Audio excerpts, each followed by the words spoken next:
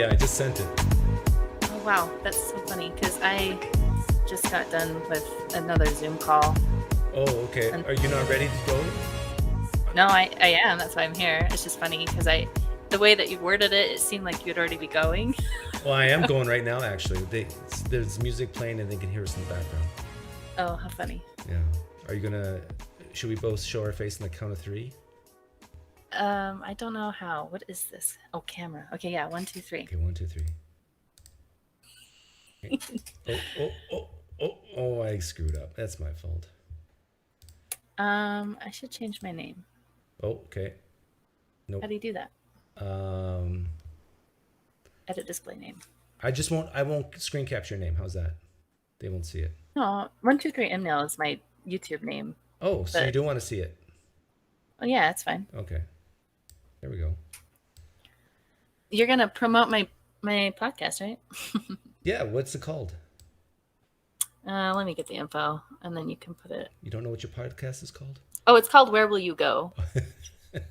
I do know the name of it, but the problem is I'm under on YouTube. I share a channel with like 7 different podcasts, and so you need to share like the playlist if people are only interested in mine.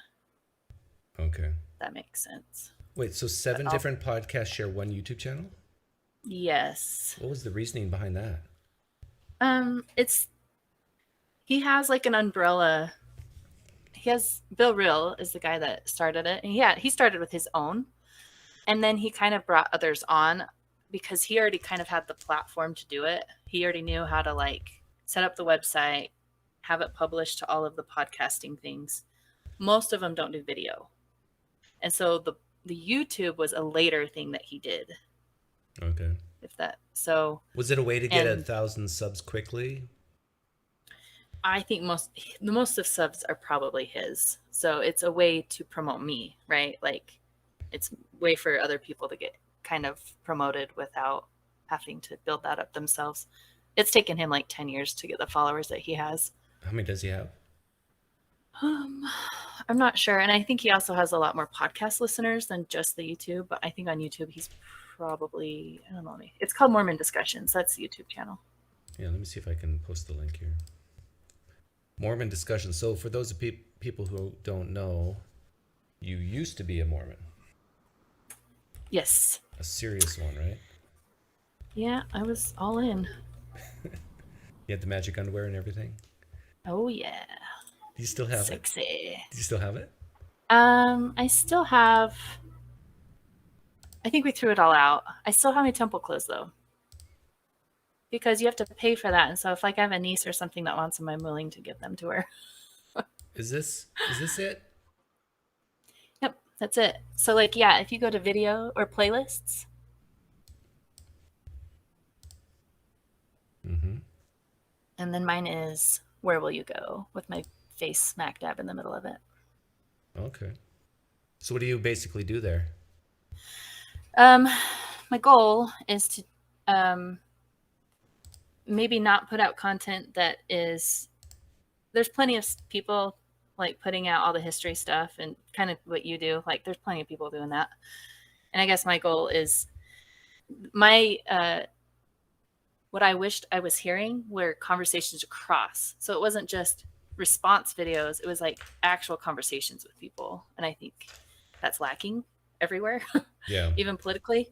And so that's my goal. And so I try to have on faithful people and people that have left. Also in the ex-Mormon world, there are not a lot of conservatives. And so I was also trying to help others know that you don't have to. Are Mormons scared to talk to you? It depends on which one. But on average. Like I have a lot of Mormon friends that I've met online. Okay. Because it seems like I only get the crazy ones. Like the Christians, evangelicals, for example, just the crazy ones come on. Jacob Hansen came on. You've met him. Yeah, no, I'm not talking about Mormons. I know Mormons consider themselves Christians, but the Christians that I have on, Oh, no. Oh, you're asking if I've had Christians on? No, no, like, do you just get the crazies? You've had. No, I'm Jacob Hansen is ex-Mormon. Or no. He is Mormon. I'm trying to Sorry. remember. Is he crazy? Well, would be like he would be like an equivalent of probably capturing Christianity. He's like, oh, logically it is true, right? He's probably He has all these he's arguments. listening right now. No, he's not listening. I could send him the link though, and then he would be listening. Maybe. Yeah, sure. I've got. Maybe some Mormons will hop on tonight I and want to talk with you. don't know about Mormons. Ex-Mormons, maybe. Yeah. Yeah, it is tough to get. For me, at least, I think it's tough to get reasonable, thoughtful Christians on. So you do think that reasonable, thoughtful Christians exist? Yeah. Oh, yeah. See, Like, I think a reasonable, thoughtful Christian would be a type of Christian who comes on and says, Doug, it just brings me comfort. I just like it. I can't, I can't prove anything to you. I can't demonstrate anything to you, but it just brings me hope, meaning, and purpose. Like. And then would you still have anything to talk to them about? Well, we could go into consistencies and like, how do you square this with that? But if I were a Christian, I would probably say I can't square it. Sorry. I live with the tension because the hope, meaning, and purpose I get outweighs the tension. I shouldn't give away the secrets of how to talk to me, but that's probably what they should say. Hope, meaning, and purpose. You're okay with people using it for that reason? Well, it's if the placebo works, like if it helps them stay sane, and if they're not causing too much harm in society, like if they're not beating their kids with a rod because the Bible says so, if they're not withholding medicine because they have faith, like if they're just like normal, everyday humans who, need the sprinkling of seasoning on top of their salad to give them that extra flavor in life. That's all you think religion is? Well, no, that's how, if I were a Christian, I would try to defend it. Basically, by not defending it, I would just say, hey, I'm scared of death. I want to be able to pray on a plane if I think it's going to crash. I want to be able to pray to my kids if they're sick. It just makes me feel good. Mm-hmm. I would stay away from the historical stuff.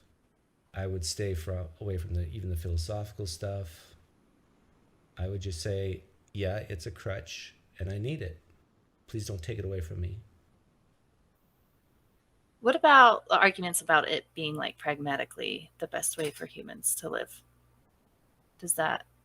Yeah, that's sort of what they would say. Like for them personally, it's pragmatic for them.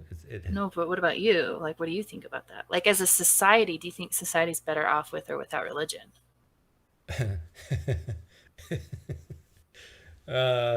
We seem to be religious creatures. So would you rather us believe in like 1,000-year-old religion or a 60-year-old religion? Oh, that's a great question. I have a religion in mind that I think is about 60 years old. Maybe 100. Maybe 100? What happened in 1920? Politically. Just politically stuff. Oh, you mean secular humanism? No. What are you talking about? What happened in 1920-ish?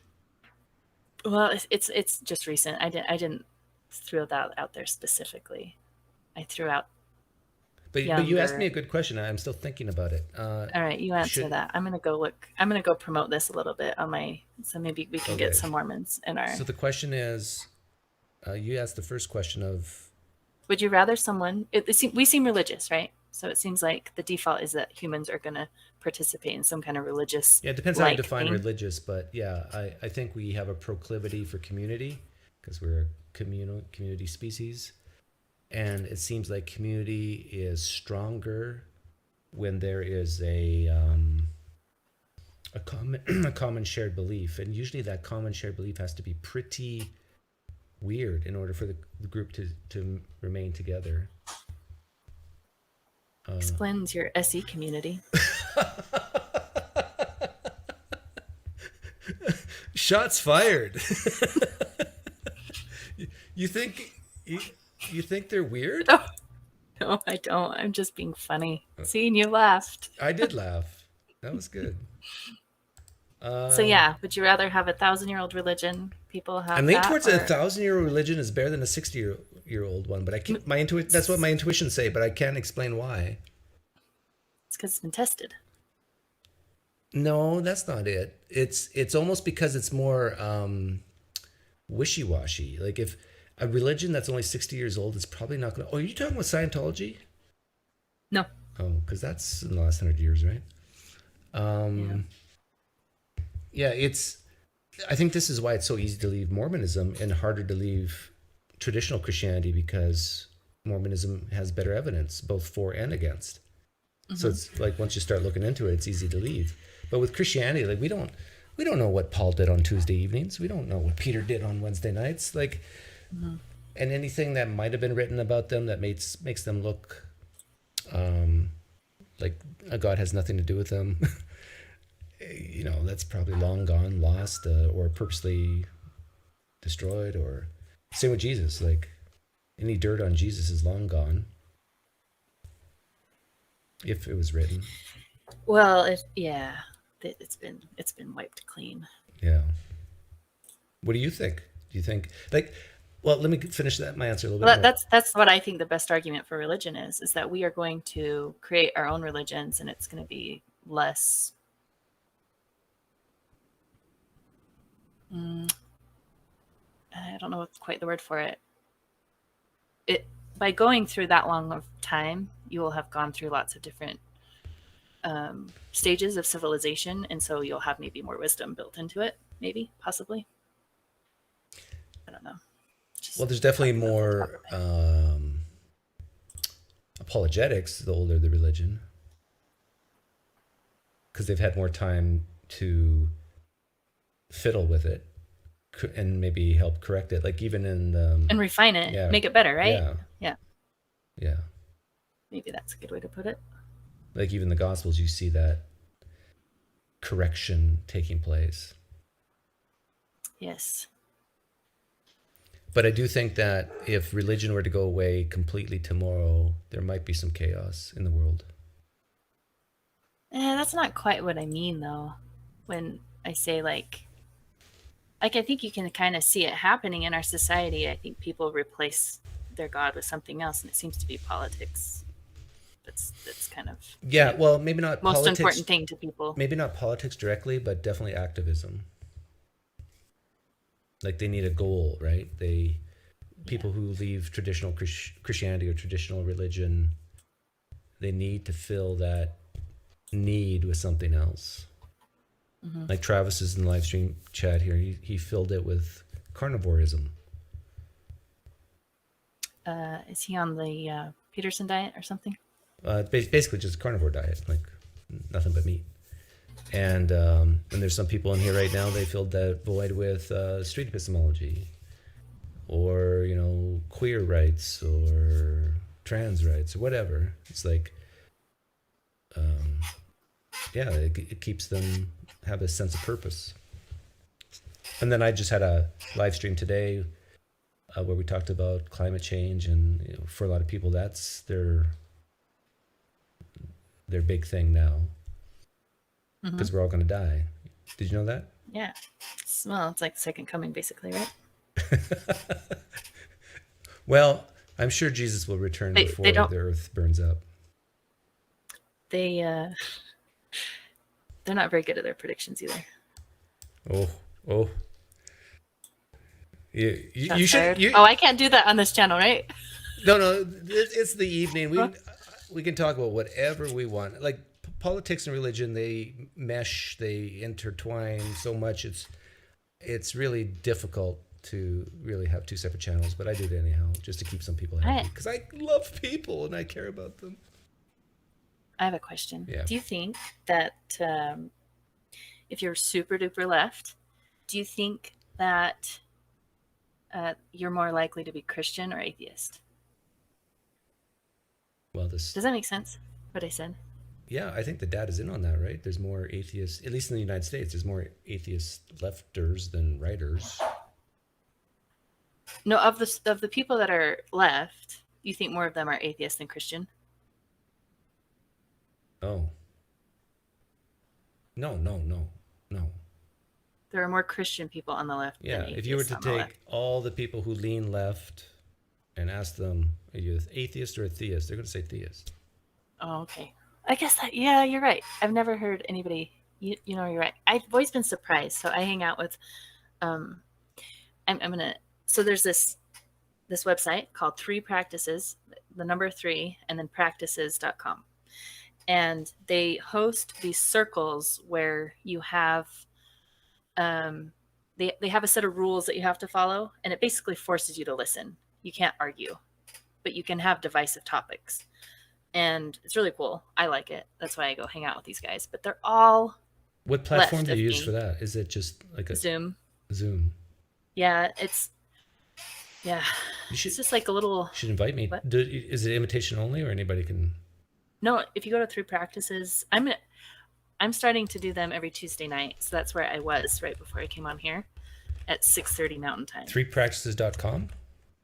Yes. And there's a tab that says upcoming circles. Mm-hmm. I see it. And anyways, you go there, and the format is you have some kind of framing question. And when people respond, they have 2 minutes to respond. And then another volunteer can ask them like a clarifying question. You have to say the phrase, "I'd be curious to know." And then you go through about 3 rounds of those different volunteers responding to the framing question. It sounds like a version of street epistemology. It's I would say it's in the same family. I don't think these guys even know about street epistemology, but they're all Christian. That's the thing I was about to bring up. They're all lefties and they're all Christian. So it's just weird because I'm like an odd duck because I am different them politically and religiously. Are they progressive evangelicals, or are they mainline like Anglican types? I've never asked them like which I gotta come to this. they are. It's pretty I don't understand why it hasn't blown up, because it seems like this is what people want, and if people are too afraid, maybe they don't like the registration thing. You do have to register to try to keep out trolls, I think. You just have to give the last 4 of your social and your mother's maiden name, right? You just have to register your email. So anyways, yeah, come Tuesday night, next Tuesday night. I don't know what the topic's going to be yet. Actually, maybe you can help me decide. It was on there. What would be? Well, next Tuesday it's not on there. Oh. Tonight it was Are Progressives Against Free Speech? That's the circle I hosted. It was actually a really good conversation. So I would say progressives are not against free speech unless it's misinformation. Yeah, who gets to decide what that is? Yeah, when Galileo said that Earth revolved around the sun. Misinformation. Mm-hmm. Yes, so you play poker on Sundays, this on Tuesdays, poker on Wednesdays. No, I don't do poker every time, and that's why. But you should. Yeah, it's $5. I'll do it. Yeah. I'm not gonna be your fish, meanies. You pick on the Mormon that doesn't know it's like against their religion to play poker. I'm gonna ask the live stream chat if there's any Mormons there. Any Mormons? I guess I just did ask them without typing, right? Any Mormons in here who know Marti? Yeah, do I have any fans? Who is Marti? Asked B. Guzman. Who are you and what are you doing here? Yeah. I'm the female version of Doug. That's why I'm here. Now everybody hates you. Why do they hate me now? I remember the first time I actually really heard you talk. And I think it was on Nathan's channel, right? Yeah, he wanted people to come on and defend Vervaeke, Peterson, or Paul Vanderklay. Yeah. And I came on to defend Vervaeke. I've interviewed Vervaeke actually on my podcast. It's one of my favorite ones because he's a really cool guy. Anyways, But I remember listening to you yeah. talk, and I remember typing in the live stream chat. It's like I'm looking in the mirror. You put a nice long wig on me, and That's right. yeah. I forgot to post the channel name of yours. Oh, Where will you go? Yeah, here we go. But it's under Mormon discussion, so you have to go to the playlist tab. But I'll put that in the live stream chat. I'm not very good at multitasking, so I'm still working on. But you have kids. You must be good at it. No, no. It's getting worse. Having kids made it worse. I think they each took a little bit of my brain. How many do you have? 4.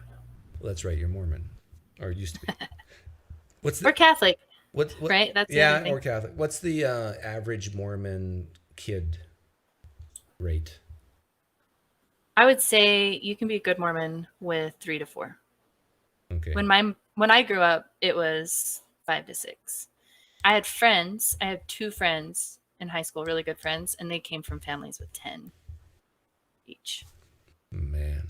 So if you in 2022, if you're a Mormon, you only have 2 kids, you're looked down upon?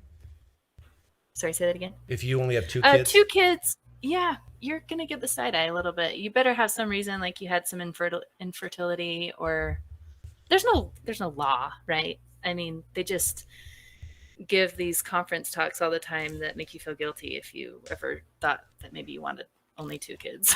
Is it okay if I have some rum while we talk? Hey, yeah, that's fine. Okay. Question. I won't get drunk though, because that's a sin. Why don't Christians have more kids? Like, why is it just Catholics and Mormons? Because I mean, I think it's the same. Is it just not something that's promoted? Well, evangelicals have quite a few kids, but why?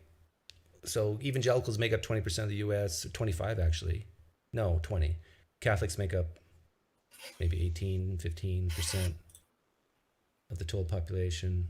So that's still a big chunk, but probably it's expensive. Maybe that's a reason. I'm drinking rum and Diet Coke out of a coffee cup because I don't have anything else. So people will think I'm drinking coffee. What is drinking like in general Christian? Drinking is okay? Have you ever had alcohol? Oh, yeah. I mean... Oh, okay. Because being Mormon... Hope my mom's not watching. I would make her sad. Really? Yeah, it might. It might. Maybe less than my mom then. Hey, mom, if you're listening, it's okay. In fact, some research says that having 1 or 2 drinks a week is good for you. Or a night. Some research. So when you were a Mormon, you basically didn't gamble. You couldn't even play poker with me, right? If you were a Mormon? Okay, so that's a fuzzy one. Like, you'd have your super devout people that wouldn't even touch face cards, because there was one talk given one time, long time ago, where a guy said that face cards of the devil, right? I don't even know the right quote. I don't even know the talk. So that is one that would be perpetrated by like your parents if they really believed it. But there's weird rules that kind of fade away. But if you are born in a certain household, your parents might keep it going. I don't know if that makes sense, but definitely not smoking. Yeah, not smoking. And definitely no caffeine. No, it's not caffeine, because they drink their Diet Coke and their sugar drinks.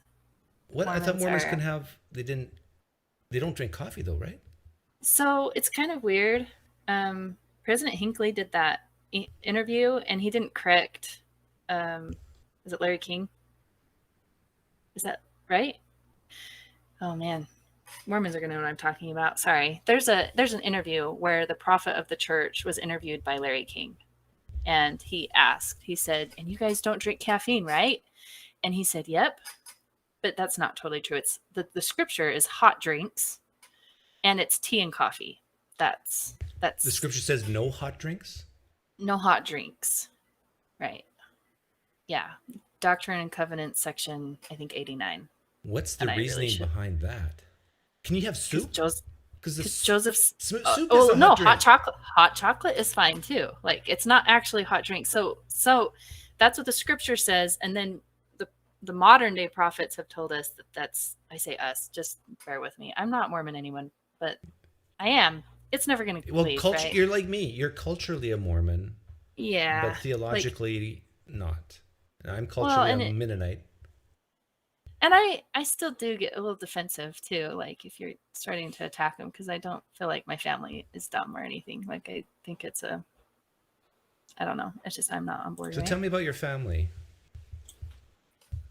Like are they all? So they're all still Mormon, and So I have one brother that's agnostic, but he practices. If that makes sense. okay, so he's sort of like a cultural Christian. And Yeah. when you left Mormonism, how much did your parents cry, or did they? It was a pretty big deal. Yeah. That was a really, really big deal. And did you feel guilty about that? About them being sad? Yeah. Well, yeah, I didn't want to hurt him. But I felt, this is a good way to describe it. When everything came crashing down, I would say I had two bad decisions in front of me, like stay or leave. And they were both bad, right? Neither of them was a good decision, but I chose the least bad one, which was being honest with myself. And when you made that choice and did you tell your family, or did they just figure it out on their own? So my daughter was almost going to be 8. And so you baptize your kids when they're 8.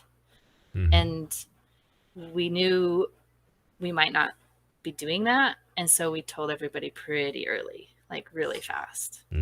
So timeline, fall of 2019 is when things came crashing down. Long story, you probably don't want to hear it. And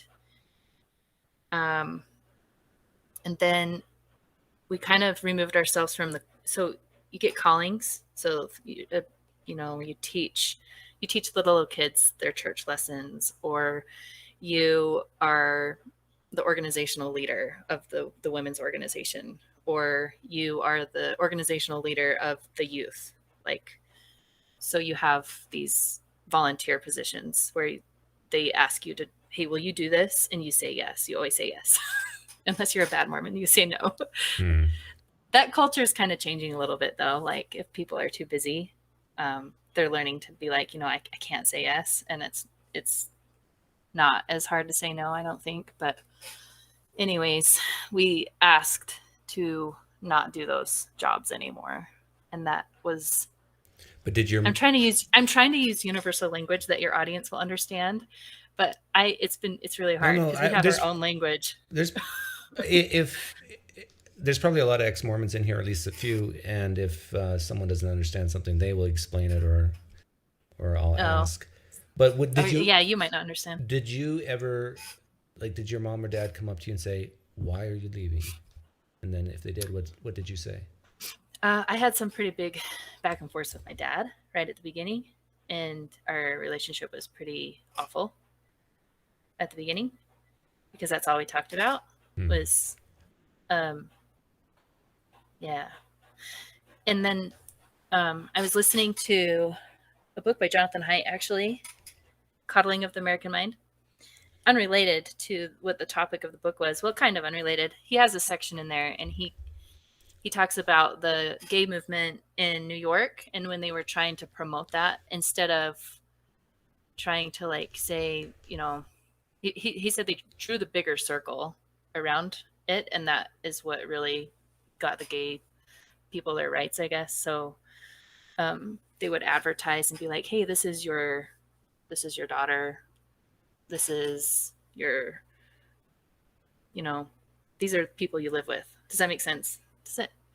So instead of shaming people for not being for gay people, they just tried to show how we were all the same. Hey, they tried to draw the bigger circle. See, you're still not making sense. Well, Sorry. You're basically, I think you're saying that your dad just viewed you as of the world instead of. Well, no, for me personally, all of a sudden something we had in common was gone. And I realized I need to start focusing on what we have in common, not what we don't have in common. And so, yeah, that was the next time I saw him, I went and I gave him a hug and I kissed him on the cheek and I said, I love you. And that was it. That's the only thing I said to him because that was more important to me. So is it still kind of tense today? No, it's pretty good. I mean, we don't talk about it a lot, but a lot of the reason those conversations were coming up were probably because I was bringing it up because I wanted to explain myself. Like I wanted, I guess you want people to know you didn't leave for the reasons that you think people leave when you're practicing, right? So it's not because I wanted to sin. It's not because I'm lazy. It's not because, all of the reasons you think that apostates are born. So what was the big thing for you? Like, if I know there's many things, but what would be on top of the list? Well, I lost my belief in the supernatural, but then I was still trying to Jordan Peterson it, and I was trying to act like I believed. And I thought, oh, that seems right. Like I'll act like I believe. But it gets really tricky when you are making some pretty strong claims that you don't believe and you're teaching them to your kids. Like that really started to bother me. My husband came home from an early morning meeting and he was all gung-ho and he's like, hey, we need to be doing this and this and this better. They have this program called Come Follow Me where you teach your family lessons from a book that is published by the church. And it will be loosely based on scriptures mingled with philosophies of the men that run the church. And can I get it? Like that was a funny from anybody that's Mormon that was listening to that? That was funny, just so you know. And so you left before your husband then? We left together. I wouldn't have left. I would still be active right now if he didn't leave. I'm pretty sure. I'm pretty non-confrontational. And I would actually be. Even now I say that I could do it. Like if you could do what? You could be a Mormon again, or just go to church and fake being a Mormon again. No, I'd just be honest. Like so, I wouldn't be able to fully participate because I don't believe. So I wouldn't be able to go to the temple. Right. And I wouldn't pay tithing, so therefore I wouldn't also not be able to go to the temple. That going to temple is like part of worship. It's not a part of Sunday worship. And that's it's that like, big castle in Salt Lake City, right? Yes, they're all over. That has men in black guarding it. Yeah, I think it's closed right now. They're doing renovations. Maybe they're done. I don't know. Anyways, but yeah, I would practice as much as I could at the level that I believe. I would be okay doing that. Interesting. Yeah, I don't think I could do that. So we have not lost any friends, and we've kept all the ones that we care to keep. And my relationships with my family are really good. And it's, yeah, like if I really wanted to talk to him about something, I think I could do it. Like they would have the conversation with me. So, I mean, it's just not interesting to me anymore. And I'm not sure that I want to disrupt where they want to be. That seems to be where they want to be. So I don't want to disrupt that. You said something interesting. The first thing that went was your belief in the supernatural, right? It wasn't golden plates. It wasn't Joseph Smith. That's what it was. So I lost my belief in the supernatural, right? Yeah. But how? And then it took a while. James Randi. James Randi. Penn and Teller. Penn and Teller. I loved Penn and Teller. Penn and Teller. So I would, yeah. I've met him, by the way. Oh, really? Yeah. In fact, my cousin almost got beat up by his bodyguard. Wow. But that's a different story. How did that happen? Well, that's crazy. My cousin is a big guy, and he actually started running towards Penn Jillette, and the bodyguard just rushed in. Or at least one of them did. And said, "Back off, buddy." Oh, and that's when you met him? You just shook his hand? Yeah, well, I went to the Amazing Meeting in 2012. I was a fresh atheist at the time, and they were guests there. Okay. When he was fat. Yeah. He was big. So I guess I did my research on whether supernatural things exist on the internet, and I followed a bunch of those people that claimed that they could do something supernatural, and then they did the test for them. So I watched a bunch of those. The $1 million thing. And I realized that hoping for rare miracles was probably just not reasonable. Now, as far as I never really it's amazing how you can compartmentalize, because I just didn't think about gold plates.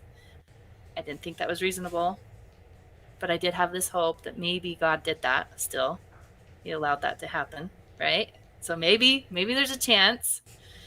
And then I knew about some of his treasure hunting, and I was like, oh, that's okay. If God was going to restore the church, like the Mormon church claims, it would have to be through someone that believed in that kind of stuff. So that's okay. It's just all kinds of rationalizations. But anyway, I was also following Jordan Peterson a little bit, right? So James And I would Randi, say, Jen, Penn Jillette, and and Jordan Peterson. yep, Those are your horsemen. yep, yeah, and Sam Harris a little bit. So it was a conversation that Jordan Peterson was having with Sam Harris, and they were talking about truth. It was an awful podcast. I heard that one. That was right? so... Yes, right. So it was interesting to me, and there was this moment. I remember where I was. Like, I was out on a run, I was listening, and they both agreed that we should be honest. I'm like, oh, that's cool that they both agree. I don't know why that was so profound to me, right? But it was. And it was at that moment that I realized that I don't believe the gold plate story. Like, I don't believe that. If I'm being honest with myself, I don't believe that. So, and that led to me just wishing I could tell somebody, but I couldn't, and I didn't. These are just thoughts in my head rolling around. Like, I was still active, like practicing Latter-day Saint. Like, nobody would have known anything was wrong. This was all just in my head that I was changing these beliefs. And so I'd say about 3 years later. And meanwhile, I'm serving with the kids organization, and I love it. Like, the little kids are awesome, right? Like, there's nothing like, and you'd have these moments and you just feel love for all the kids, and you're just like, oh, that's God, right? Like, I don't know.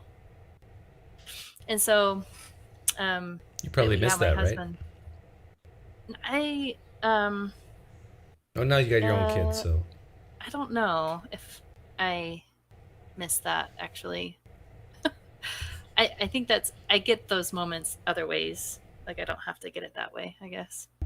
Yeah. Like, I really like this 3-practice organization. I like doing that. I get those same feelings when I'm interacting with other humans, so it doesn't have to be through that.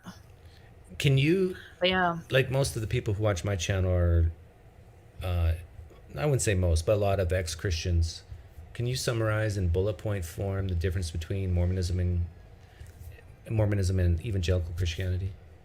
Can I? Yeah. Well, you're gonna have to give me some comparisons. Like, there's a big difference. Do they believe?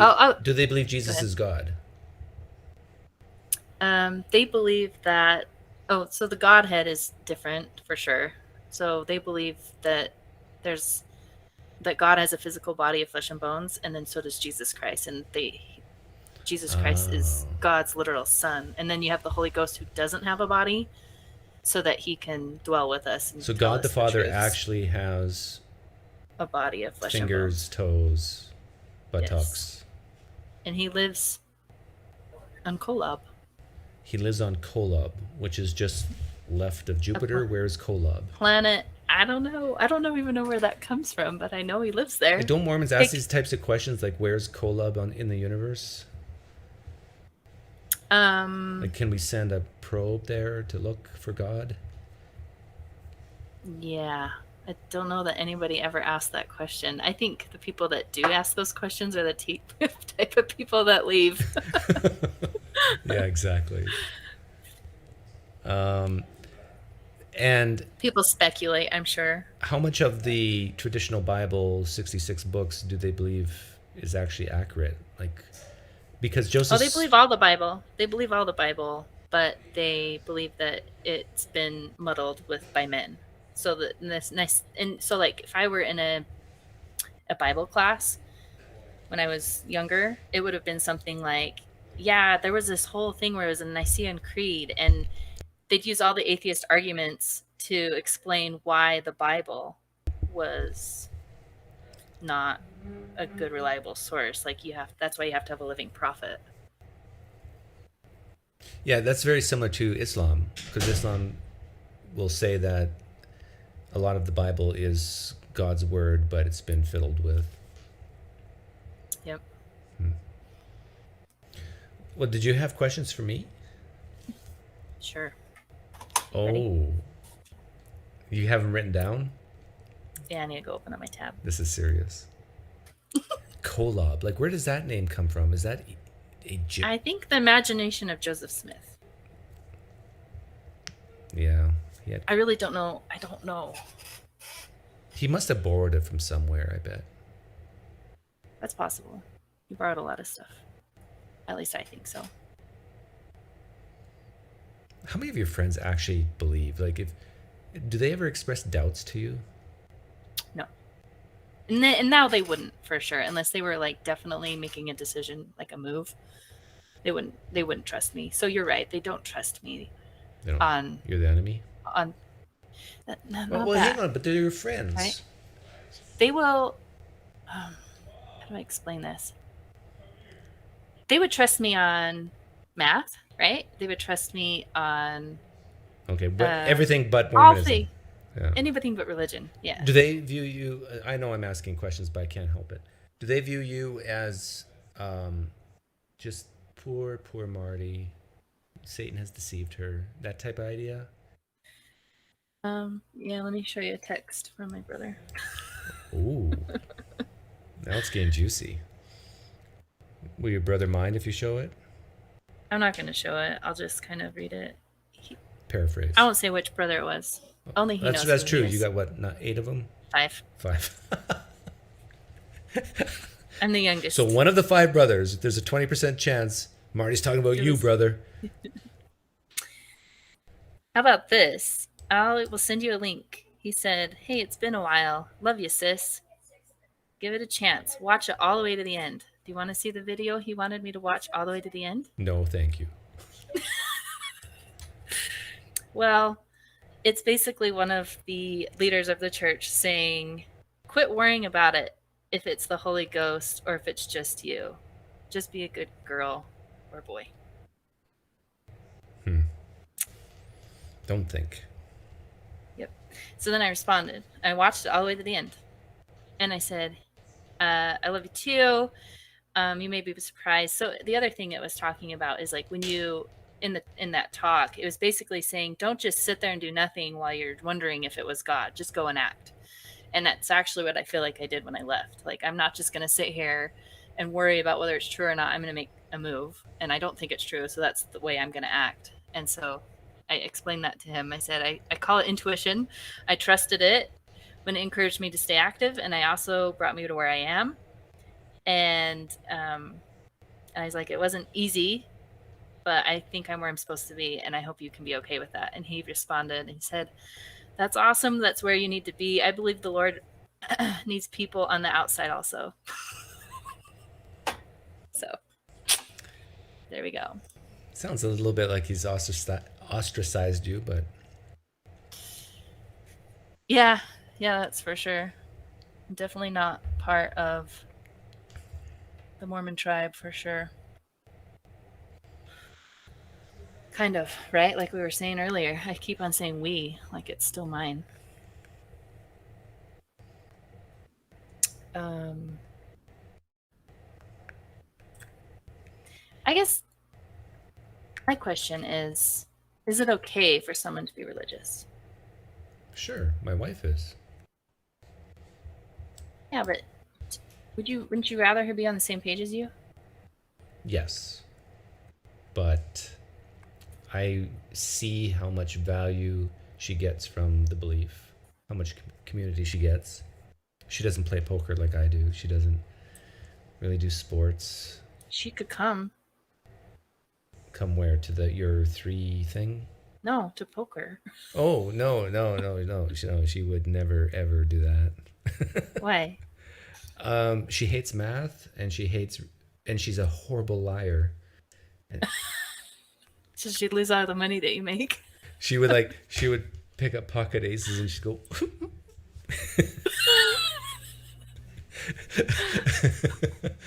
And everybody would fold. Kind of like I did the other day. Yeah.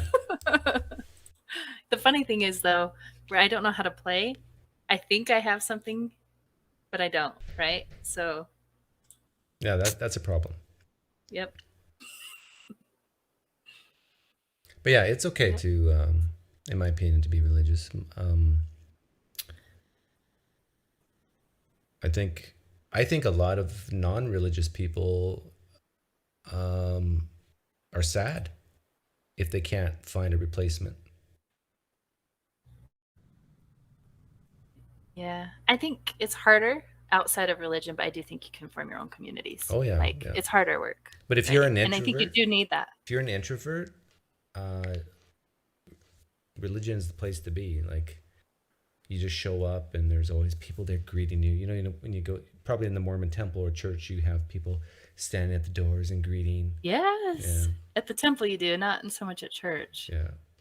Yeah, I love the temple workers. They were the sweetest. They're always these old grandma and grandpas, and they're always so nice. You're just always so have a loved. smile You're on such their a face. special person. Yes. Okay, I've got my screens straightened out. So it is okay for people. Yeah, we kind of already talked about the pragmatic thing already. Like if believing in religion has a pragmatic net good, but you have to literally believe, and it has pragmatically a net good for society, and there's no other way to get it. Like, would you hope for religion at that point, that people were participating in religion? If it was always pragmatically good, yeah, I guess so. But the thing is, another problem is we don't choose our beliefs, right? Like, how do you force yourself to believe something you don't believe? No, but would you hope for it? Like, right? Like, I don't know. Yeah, I think I would. Given that assumption that it was pragmatically good, I guess you could even say, make it a little tougher, if there's a lot of bad things about religion too, which there is, but the good outweighed the bad, would you still be for it? That's a bit tougher question. Right. Depends. Yeah, I'm a consequentialist. I'm a pragmatist, so I would have to answer yes. But consequentialist. What is that? I don't know. That means if the result of religion is a net benefit to society, then one ought to do it. Well, how do you define the benefit? Like, is it the suffering? Is that your metric there? Well-being, unnecessary suffering. Yeah. So the problem is a lot of what the good in religion can be done outside religion as well. So it would have to be good that you could only be found within religion. And the only thing I can think of that can't be replaced would be the whole idea of eternal life. And so if that is the pragmatic good, is this hope for eternal life, yeah, you would have to be religious. But fortunately or unfortunately for me, I just have no desire to live forever. Yeah. Do you? It's interesting. No, it's interesting how things kind of, you don't realize what your beliefs changing means until then down the road, all of a sudden something else like, whoa, that means this. Oh, shoot. And I remember having that thought of like, oh shit, like this is it. Yeah. Like if all that's not true, and I've come to all these conclusions, like, uh-oh. But you know what's weird about me? I had a high when that happened, and it was like, if this is it, then I need to get my act together. Like I needed to do something with my life. Like it was actually and it didn't last a super long time. It was memorable, but here's a paradox about me. Like I also believe that this is it. This is our one chance, and then we're dead. We're worm food. But I also will say things like happiness is overrated. Like, so maybe I'm more than just a consequentialist. I find virtue in sacrifice, in doing things for my kids, my family that might not be good for me. What if something happened to your family? Oh, Like, that would what be if, tough. right? Like, Right what now, my family is would my you hope, pull? meaning, and purpose. What would? Yeah, that's what I mean. Like, what It's would just happen? Do barely you above think you would poker. make? Do you think? What would pull you through that? What would pull me through that? Yeah, Like if my whole family died in a car accident and I was all alone. yeah. Your wife, and your kids go on a car ride and they all die. I guess I would just my other immediate family. Um, but if I didn't have them, whew, I mean,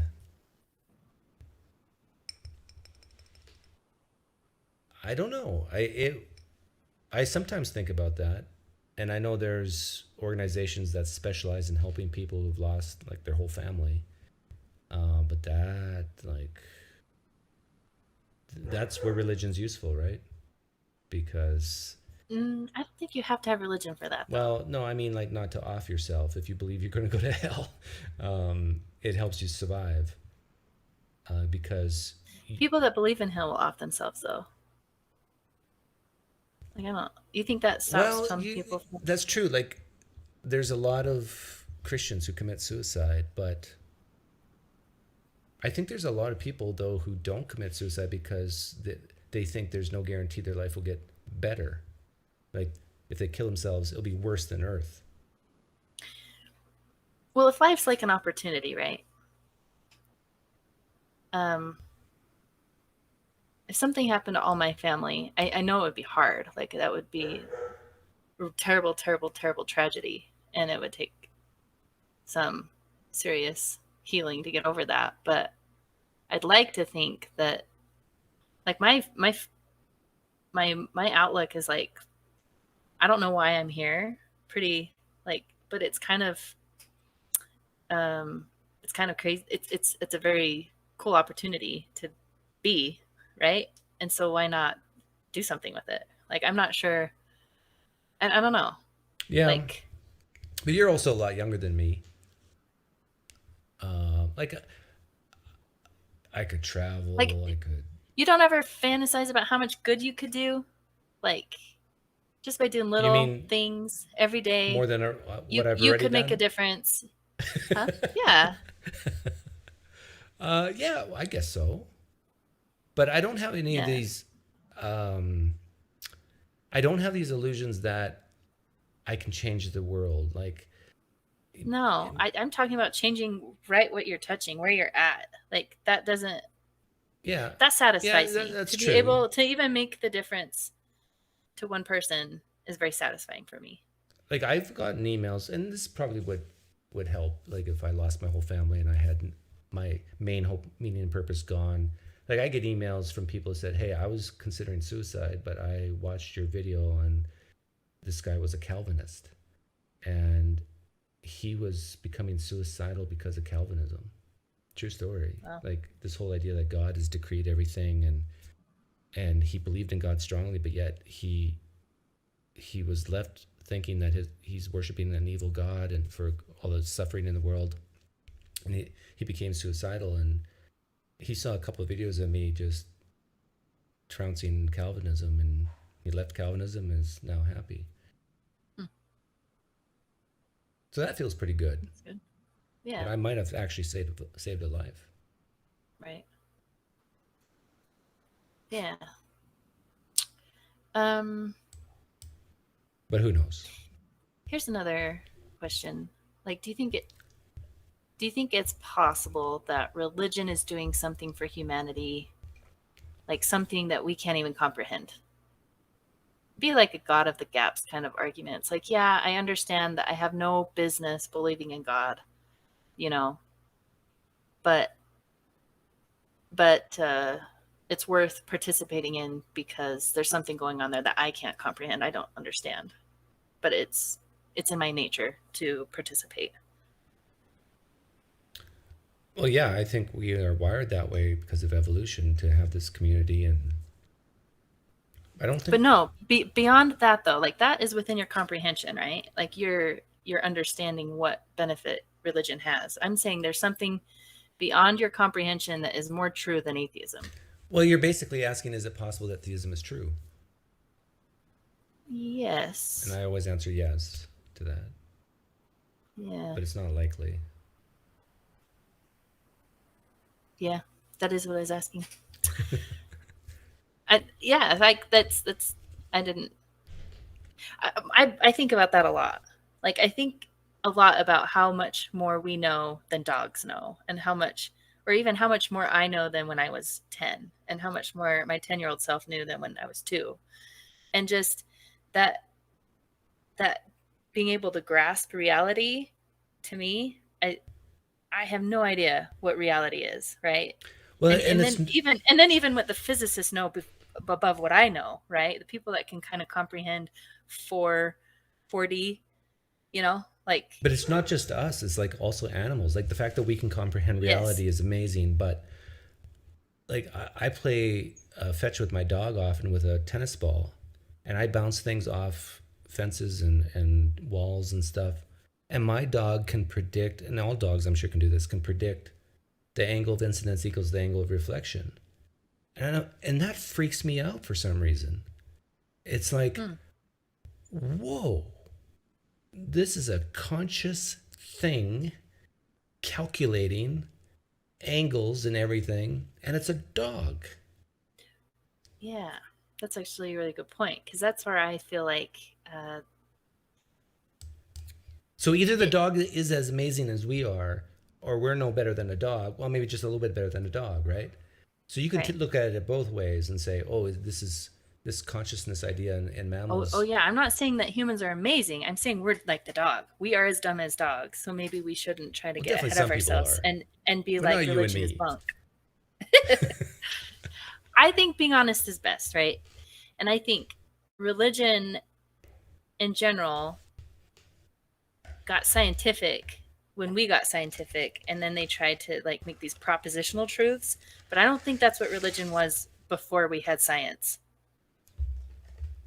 And so I think the bad turn that religion has made is it tried to make propositional truths when that's really not what it was about.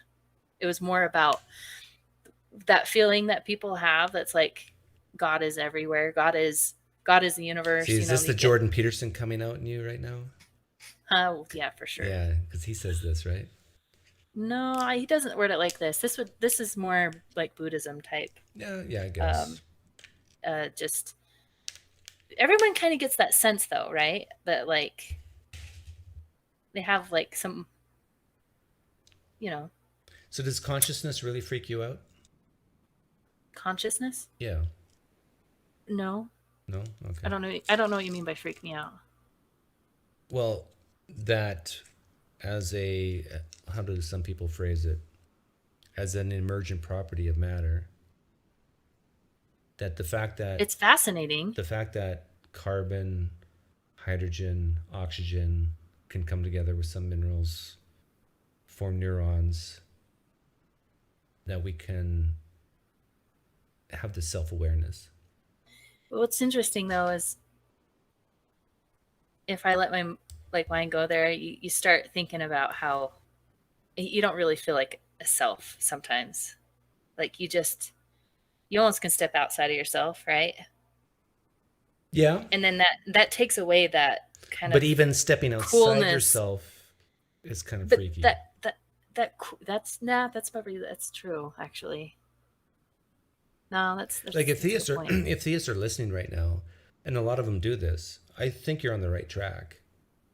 It doesn't prove or demonstrate Christianity or Islam or Mormonism or any specific religion, but the fact that we have consciousness is pretty freaky.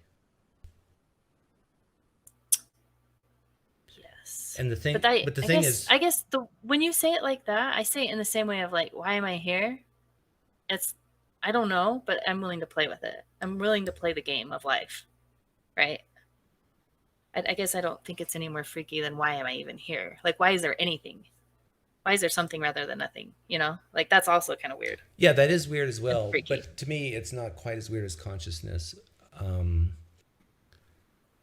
Kind of goes back to that comprehension thing, But though. what kind of goes against that for me personally, that freaky idea of consciousness is things like putting your hand on a stove and You pull back faster yeah, and you than pull back fast it and you don't hurts. experience, you're consciously not experiencing what happened just a few seconds prior. So then you're thinking, well, even that in itself is kind of freaky because you're pulling back before you even experience the pain. And it's like, there's actually, you can measure the time difference between your conscious experience and your motor skills.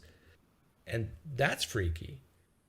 Hmm. I mean, But don't you think that's just evolutionarily? Wouldn't that make sense? Just it's an older system because you have things that recoil from pain yeah, without a brain. yeah, it makes sense.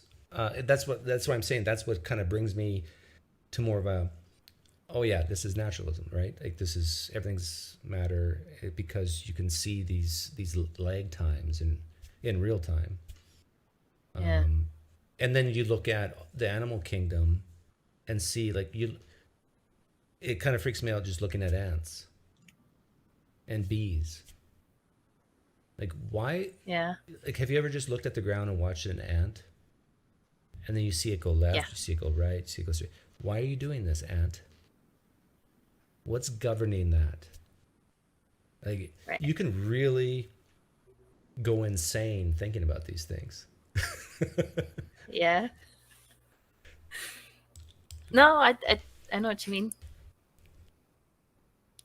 And you pull out of it though, and you're like, wow, that's cool. I don't know. Or even like the other day, I had a fly in the bathroom. I'm sitting on the toilet watching a fly, and I'm pondering these things. Like, what is the materialistic explanation for all the paths that this fly is making? And this kind of talk doesn't help the theists at all because they could just say, well, God did it, but that doesn't really help them, right? But it's so fascinating to think about. Yeah.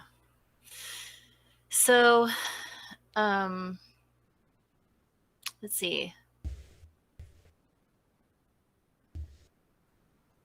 I guess okay, so when you're thinking about that, does it give you pause to think about that maybe the belief in God is like part of our, maybe it's not just some hijacked thing that so people can have power, but it's actually like it's a benefit to humanity.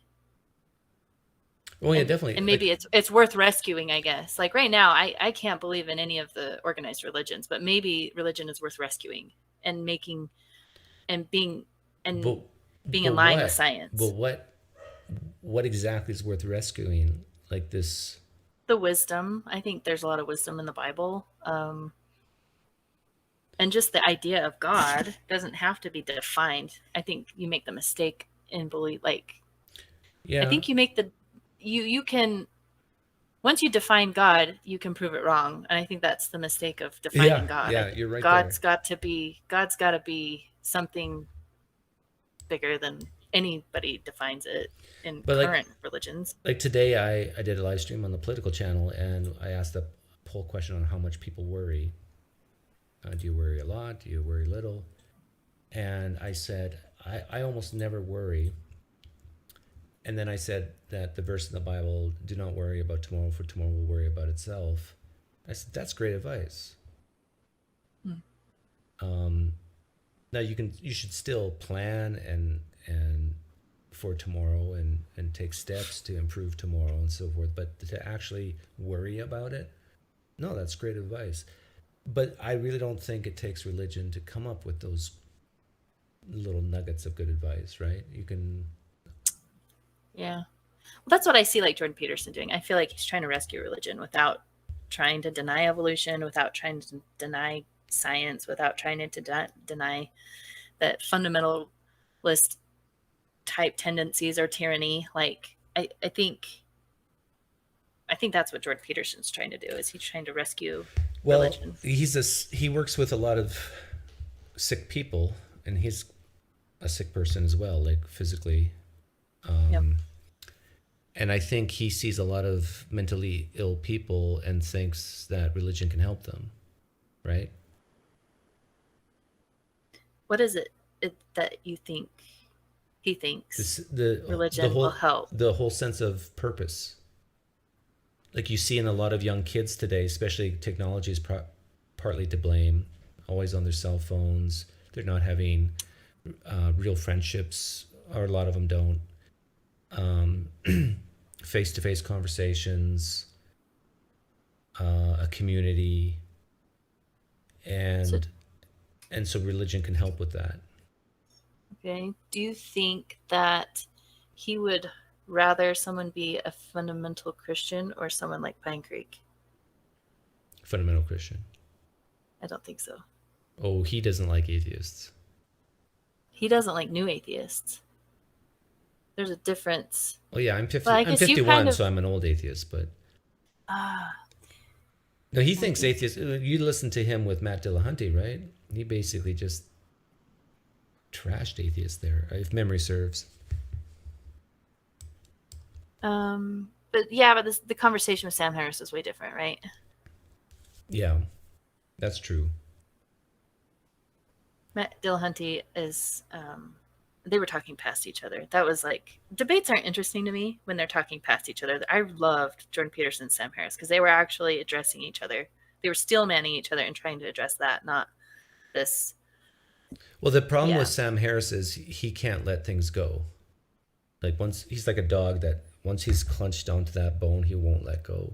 And so when they were talking about the whole idea of truth, whether truth is more pragmatic or more objective,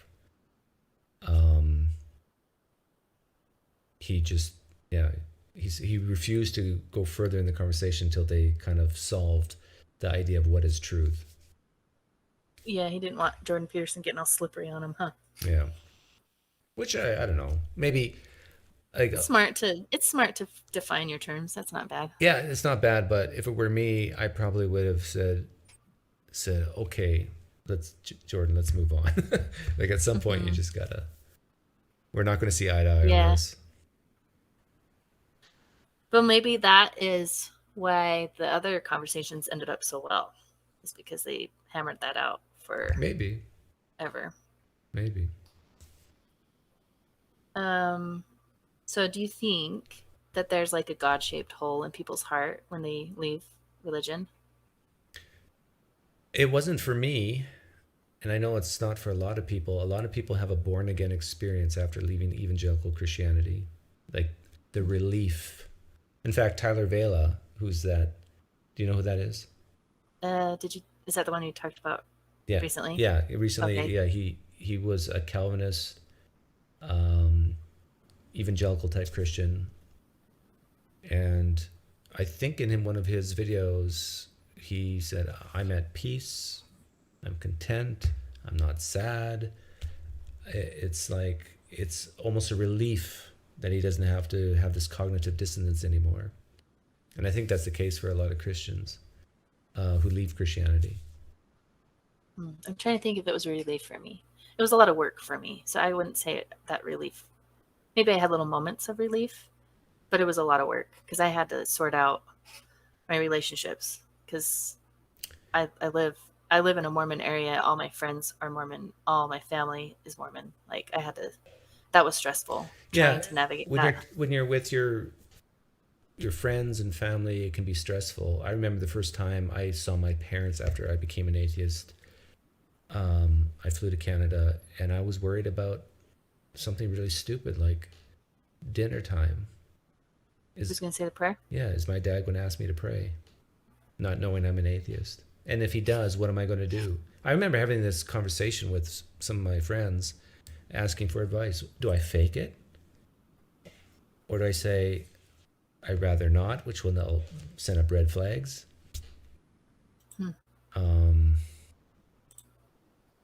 And My husband made a funny TikTok on that subject. oh, really? Your husband's on TikTok? We had a TikTok channel for a while. It's no longer active. Oh, okay. You and your husband had a ex-Mormon TikTok. Yeah. I'll describe it. So he was about to go eat some food, and then I'm videoing him, and I say, "Hey, Kevin, will you say the prayer?" And he looks up and pauses, and he says, "Okay." And then he bows his head down, and then we played Talladega Nights. That scene. Oh dear Lord, baby Jesus. I don't know. It was funny. Do you ever find yourself praying? I did recently, actually, once, as a experiment of meditation. Like, I've wondered if I'm like broken and I can't meditate, and that's the best way to meditate. And so I was trying to do it as like a meditative practice, but I just did that. But it was more like a test, like to. Because that's how you know if you're a true atheist, by the way. If anybody's listening, is whether you don't pray or not. Whether not. I definitely don't talk to God. Not like, just that, but imagine that he's there either. Not just that, but in a serious situation, prayer is not something that pops into your head. So, do you know what's interesting? So my different brother. Actually, I can't say different brother. Because now it's narrowed down one. Yeah, it's narrowed down one. So I have a brother that had something happen in his family that was scary, and everybody's in the family text thread saying, "Oh, I'll pray for you, I'll pray for you." And I happen to know that this brother appreciates prayers, and so even though I didn't think it was going to do anything, I still prayed for him. Does that make sense? Mm-hmm. It's that felt wrong to me, but I did it. It was the first time I'd prayed since I'd left. So there's been a couple times that I've prayed, actually. It was more, yeah, I don't know how to explain that. That one was hard though, but I did it. I did it for him. I just typed in the live stream chat, if people want to do speed round questions for you or me, to tag me. Are you willing to answer questions from the chat? Sure. I'm not sure if any. It can be really simple stuff, like if you don't understand something about Mormonism, or it can be anything. Just tag us. Are you still scared of hell? No, I never was. I'm well, that's Mormon. Right. Yeah, for people who don't know Mormonism. Worst case scenario, I'm going to a place that's like here. Yeah. In Mormonism, hell is basically like a Walmart, and then heaven is like Costco. Or the top heaven, top planet? Celestial kingdom. Or no, not Costco, but. So, do you know what's interesting? The way I understood it, like I understood the celestial kingdom as being a place where you can continually progress, and I understood the lower kingdom, hell, being a place where you were stagnant and stuck, and that does seem like hell to me. So I was satisfied with that answer. Yeah. Pie or cake? Cake. I say pie. What? Pie. What kind of pie? It matters the kind, doesn't it?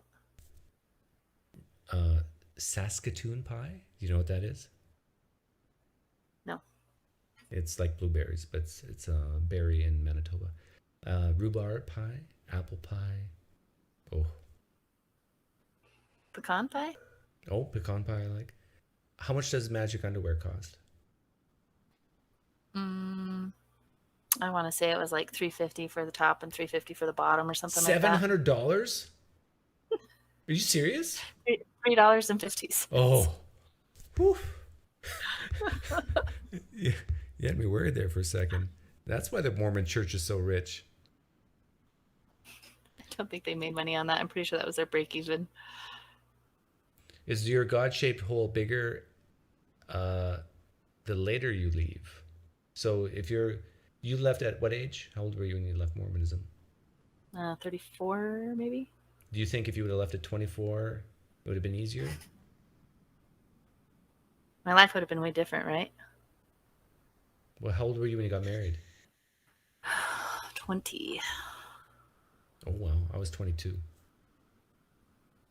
Any regrets? My husband was 22. I guess you can't answer. I actually don't. Yeah. I don't have any regrets. I don't either. I've talked. I think that I don't know. I'm happy with her. I really, when I said that to my brother, that I'm where I'm supposed to be, I really do feel that.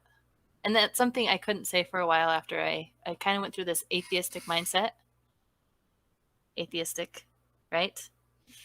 And I couldn't find any meaning in anything because what does that mean, right? And then I It's more just of a let myself. nihilistic mindset. Yes, maybe that's true. But anyway, So if you're I just let myself. I let myself feel. I let myself. I don't place meaning on it. Like I don't go. That means therefore God. But I let myself feel meaning in my life, and it's well, way then you're better. not like me because I try not to let myself feel. Dead inside. I'm dead inside. If your dad was here and I asked him what's his take on polygamy, what would he say? He probably thinks that there will be polygamy. He will have multiple wives if he's righteous enough and But here on heaven. earth, is he for or against it? Oh, against it. Okay. Yeah. You would, maybe there are some that think that it shouldn't have been. I mean, the reason we have polygamy today is because when they put a kibosh on it, there's a bunch of people that were like, no, that's the state telling you what to do. God wants us to do polygamy, and they did their breakoffs. So, yeah. Do you sell your signs or tokens for money, PineCreek? No, I don't even know what that means. No, I don't sell my signs or tokens. Did Marty throw away all her Mormon stuff after she left? No, you still have your underwear, right? No, I don't have my underwear. I threw that away. Oh, you did throw it away. I still have my temple clothes Are you going to show that us? I could possibly donate.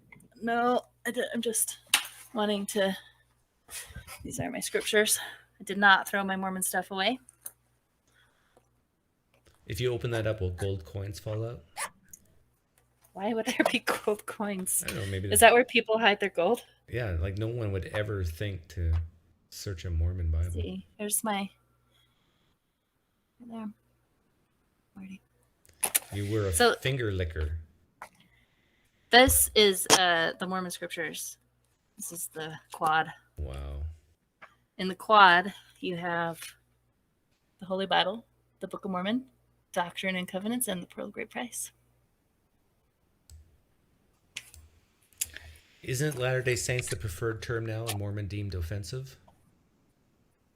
Yeah, I should be saying Latter-day Saint you can say if you're like respectful. They allow you to shorten it to that. But if your Mormon friends were listening right now, would they find it offensive that I'm using the term Mormon all the time? Yeah. They would. Probably. No, it's tough. See, they did this I'm a Mormon campaign. They made this move while I was still active, and I was bugged. As a person that was... you probably find a split population within active LDS people. There are some people that are probably annoyed with the whole political correctness, don't call us Mormon. Stephanie, especially when like 5 years ago they said they did the I'm a Mormon campaign. Yeah, exactly. I remember seeing those. Yep.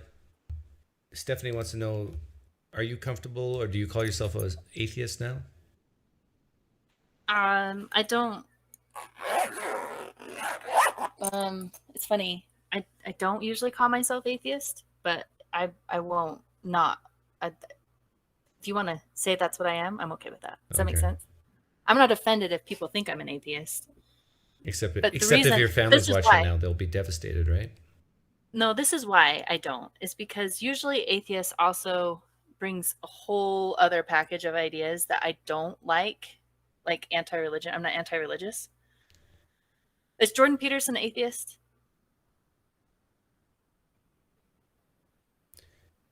I'm going to say yes.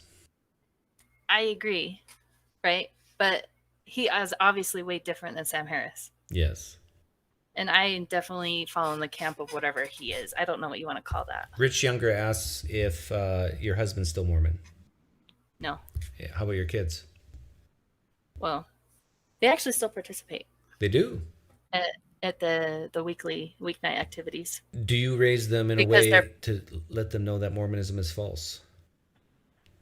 Yeah, my 12-year-old likes to make a lot of jokes. She likes to please her father. I roll my eyes at him, both of them. Happy Armadillo asks if we still go to church. I do not. I don't even think my wife wants me to go to church because I'm too dangerous. I go when people invite me for stuff. So last time I went was my neighbor spoke in church on Easter, and she asked me to come, and so I came. Lawrence I Brown wants to supported her. Lawrence Brown wants to know what Kolob is like. I don't know. Oh, I had a friend message me and said that God lives near Kolob, not on Kolob. Oh, okay. He But I lives still just don't down know the why we street know from that. Kolob. Yeah, that's right. Near. So have your kids come up to you and asked you about Mormonism, and if so, what do you tell them? So my kids were young. So when this all happened, it was during COVID. So at that time, my oldest was 10. Okay. And I don't know if they're whoever asked that is around 10-year-olds. They believe what you believe. And so they did freak out at first. I remember we were pretty open with them as everything was happening. And so I basically said, I don't know. We don't know what we believe. And I asked them how they were feeling. And I remember my oldest telling me, yeah, I'm scared that we're going to leave. So like they knew that leaving was bad at that point and they were scared. But here's the thing. COVID was beautiful and hard at the same time. Beautiful because nobody was going to church. You know what? I agree with that, because I look back to 2020, April of 2020, and the family time we had was amazing. I mean, we would go for walks every day and talk, and because they weren't going to school, and yeah, I actually have great memories from COVID. Michael Gerard says Jordan Peterson is not an atheist, and he knows this because he's Jordan's lover. Oh, actually, I have heard rumors. I've heard rumors that he Sorry, Gerard. had like a born again moment or something, but that's a rumor. That's from somebody from. If he is a Christian, he's a flag waving phony. We'll say that. He doesn't go to church every week. Yeah. You know, he talks about, he says, I act like I believe in God. I'm like, you don't act like you believe in God. If you acted like you believed in God, you'd be part of some kind of congregation, and you're not. Did the CES letter have anything to do with it? Yes. What is the CES letter? So the CES letter is what does CES stand for? Summary. Oh, church education system. Okay. So the church has the the Church of Jesus Christ of Latter-day Saints. There, that's not offensive. That's what you have to do to not be offensive. They have a department that has curriculum for seminary, which is when you're in high school, and then institute. And so they have directors and like a whole. But what's in this letter that made you deconvert? Well, I am trying to explain what the CES department is, because that's going to come back to. Okay, so it's just a summary. It's a summary of all of the things they never taught us. They never taught us. So it's a really short book. You can read it in like a day, 2 tops, if you're reading it all day. Like I read it I finished it in a couple of days. So it's just a summary of all of the things that they never told you. And then he wrote this letter. He had his grandpa, the guy that did it, his grandpa knew somebody that was a CES director and said that he would answer his questions, like, because his grandpa couldn't understand why his grandson had left. And so he wrote this letter and said, answer this. And he never got a response back. And so he published it. And that has probably been like, yeah, all ex-Mormons know what that is. Measure Constraints wants to know if Mormons use brushes or combs for grooming. I don't know Sorry. what he's talking about. That question makes me want to pour another drink. Can someone ban girls 18 XYZ? There's Mormons in the house. We got to be good. Sorry, Latter-day Saints. Oh, I guess I don't have any mods here. I guess I have to do it.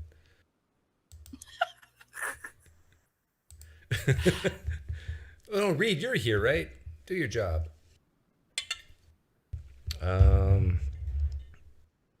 Can they add new CES letters whenever they like an amendment? Can they add new CES letters whenever they like an amendment? Do you understand that question? Well, I don't think the person understood what the CS letter was. Yeah, Lawrence Brown's drunk right now. Hillary's emails ask, I could stop your porn bots, PineCreek. Oh, See, Hillary hasn't figured out that if you ask to be a mod on my channel, you'll never be one.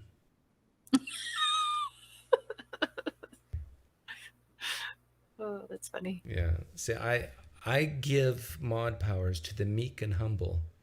What are your markers to come back to Latter-day Saints? Asked Omni Kevlar. You know who Omni Kevlar is? You might have met him on a poker night. He's still My a markers? Christian, but he's on the edge. I have a really low bar. You do? Yeah, they just have to not be afraid of me. I'll go back. No. I think what he means is not that you just go back To actually believe yeah, to in actually Mormonism? believe. Yeah. Oh, gold plates would do it. What do you mean gold plates? Like you would have to see it? Moroni, Moroni bring back the gold plates and have some. What if someone just made some gold plates and put some ancient Hebrew or Egyptian script on it and said It would have to check out with scientists. Sure. with the scientists? Archaeological evidence of the Book of Mormon would be pretty good. I'll take that. Yeah, for me, I think I would have a higher bar than that. I think they would have to pray in the name of Moroni for something to light up on fire. Why would that convince you? Because it breaks the laws of nature through incantation. To me, that's pretty powerful. But somebody could be doing it in some other power, and they just say Moroni. Why would that mean Mormonism That's was true. That's true. But we could see if it's repeatable, at least once every 3 months. But it at least would shatter my by different people, right? It would at least shatter my view of naturalism. My next door, Rich Younger asks, my next door neighbors are Latter-day Saints. We don't say Mormon here, Rich Younger 9. What can I say to them that will make them to start to doubt? Nothing. Oh, you're pessimistic. You have to decide yourself. Like, that's the only reason my husband and I are where we're at is because we're curious. They have to be curious. There's nothing you can say to them. If you're really, really nice to them, that might give them some cognitive dissonance. Okay, let me try, Rich Younger 9. What you ask them is, so your neighbors are Mormon. You see your neighbors walking their dog. You ask them, hey, beautiful weather we're having today, right? And they say, yeah. They say, I'm just curious. You're Latter-day Saints, right? Yeah, we are. What would it take for you to change your mind? Have them answer the question for you. Well, sure, you could SE them, but that doesn't make people leave. No, it doesn't, but it gets them to think, well, what the markers are in their life. Right? Didn't he just ask what you could do to make them leave? Yeah, but I'm saying that you can sure, you could do that too. Get them to give you the answer. What will get them to leave? And then when they give you an answer, then ask them, well, how would you test that? How would you test that this is true or false, whatever the marker is? I know. He needs to tell them that he'd like to talk to the missionaries and then SE while the missionaries are doing their discussions. Just kidding. That's mean. Missionaries already have it hard enough. Leave them alone. They're nice boys and girls. I think just the fact that we're all products of the Enlightenment here in the U.S., that it's really hard to stay Mormon if you actually think.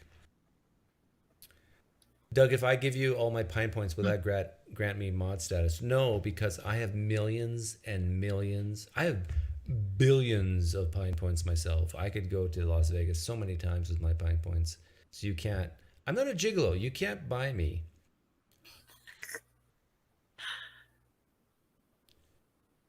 I have a question. Yeah. Do you think it's easier to get along across a religious divide or a political divide? Like when someone's really, really one thing or the other. So if you have like a really hardcore in today's atheist, environment, religious divide. Really. Because Christians love me. They really do. Did you mean to say political just then? No, it's easier to get along with the religious divide. Yes. Yeah.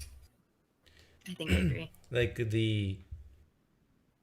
the fact that whenever I talk about politics, that people can love me so much when I talk about religion and then hate me so much when I talk about politics, that speaks volumes. It's like, I don't get it. Like, Yeah, especially in the SE community, right? Because aren't we supposed to be No, able to no, no. like? The SC people are good. I have no. Oh, I so who seriously. are these people that you're talking about? I I thought SE people are the ones that no, were no, no. following you. I have so many liberal friends, left-leaning friends in the SC community, and they like me. They have no problem with me. We value things a little differently. We see the world a little differently. But it's the non-SC atheists who lean left that they just. It's like, how can Doug be so rational when it comes to religion, and he's just full of crap when it comes to politics? Like it boggles my mind how people don't understand that number one, the obvious fact, people are raised differently and therefore have different values and they see the world differently, and that politics is not, Personalities too, I think. yeah, personality types, and that politics is not so much about facts, it's about values.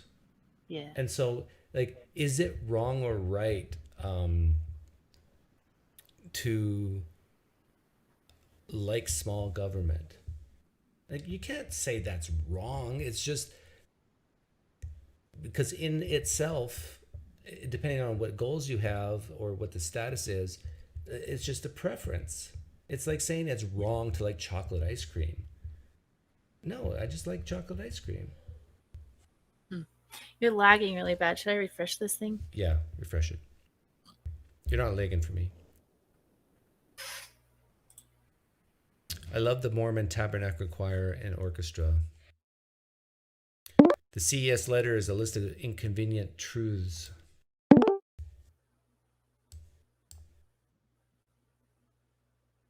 There we go. Are we still lagging? Well, you were never lagging for me, but I know. I just waiting for is you my to mouth respond. matching my sound? Yes. Yes. Religious people love you because you have the same political ends. Well, yeah, That autistic. could be, right? Because politics are more important Yeah. these days. I think there's some truth to that. See, some people, and I want to clear the air here. I'm glad you're here so I can clear the air with you. Some people Okay. think this is a strategy I have, and I'm actually a liberal, left-leaning person. I'm using the strategy of pretending to be conservative so evangelical Christians will like me. That's not true.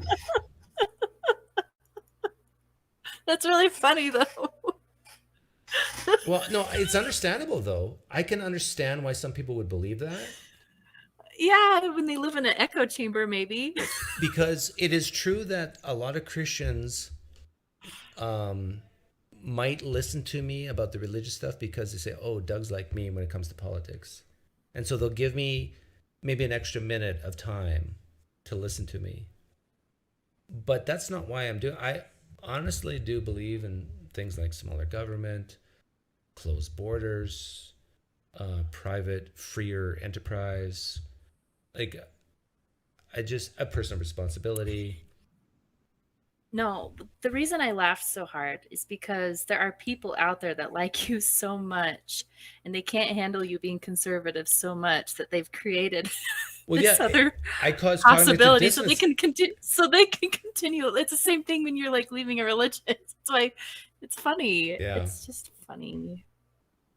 If random sinner asks, I like that sinner. Doug, if the Tropicana closes, what is the backup for the Las Vegas trip? Well, the Pine Point thing, according to the Wichita Home Office, is now done, but the backup plan was the Encore. Have you ever been to the Encore in Vegas? No, Have you ever been to Vegas? of course. What hotels have you stayed? It's a Mormon hub, you know. Really? They're getting a new temple. Oh, They I already got, have I one. got a question. Whenever I see a Mormon temple outside of Utah, does the little, is it Moroni on the top? Some of them have Moroni, yeah. They're always pointing with a magnifying glass. Are they always It's pointing a trumpet. Are they pointing to Salt Lake City? I really don't know.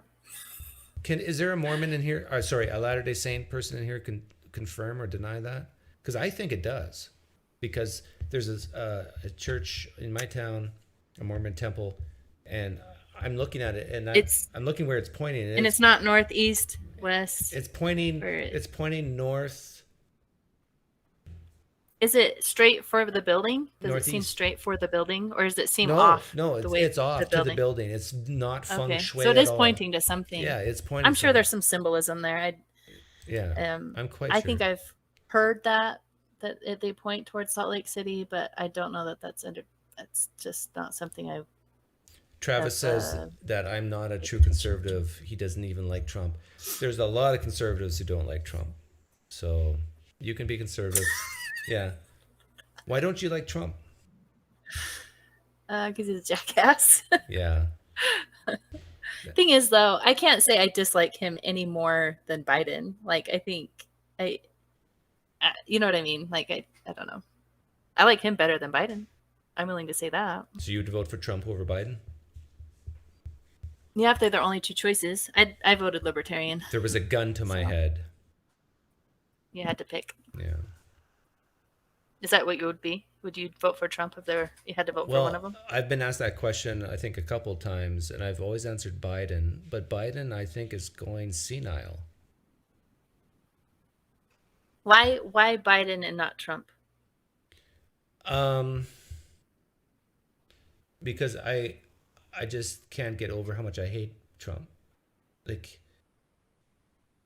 I do think that the office of the presidency should have some integrity.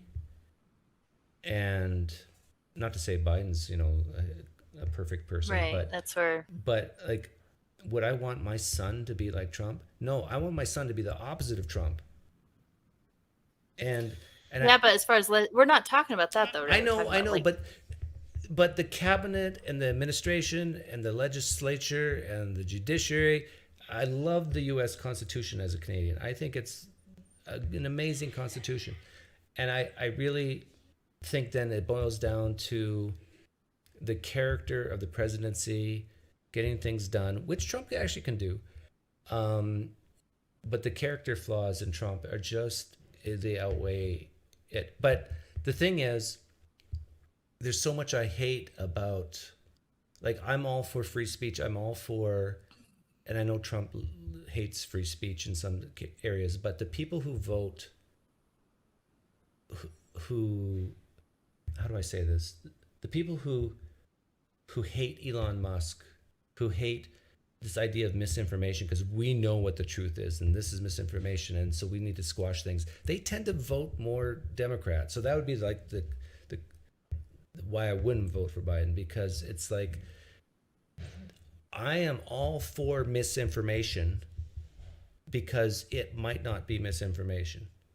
And I'm even for misinformation because if someone believes the earth is flat, the best way to talk to them is to talk to them. I mean, you just don't silence them and shut them up.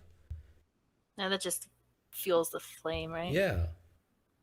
So I disagree with people who think that there's some conversations that should never ever be had. Like, especially if you have relationships with people, like if you have a family member who votes opposite to you politically, like, you have two choices. You can ignore them or talk to them. Mm-hmm. And learn from each other. Yeah. But yeah, which would be harder, a mixed faith marriage or a mixed political marriage? In today's assuming environment, assuming you both cared about the thing that you. Yeah, in today's environment, I think a mixed political marriage would be harder than a mixed religious. No question, it's harder. I know someone from that Three Practices that's like that, and like if my wife ate, she's more liberal. If my wife ate granola, and hugged trees, and wore sandals, and had short hair that was colored blue, I would really struggle.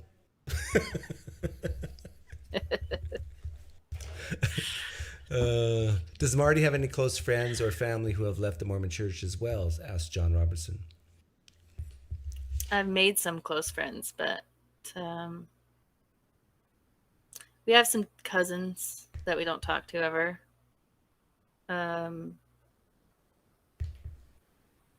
Yeah, I've got some high school friends I've reached out on Facebook. We've kind of connected a little bit, but that's the last time I talked to them.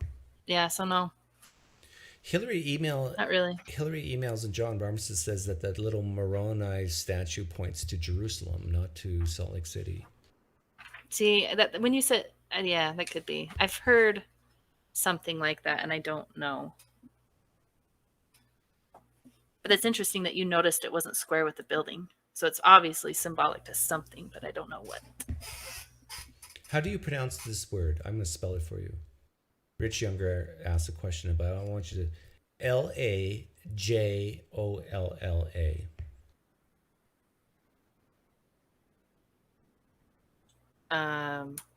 Again?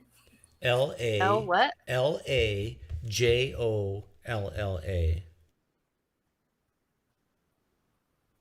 I don't know. You have no idea? No. La That has Jolla. no meaning. La Jolla.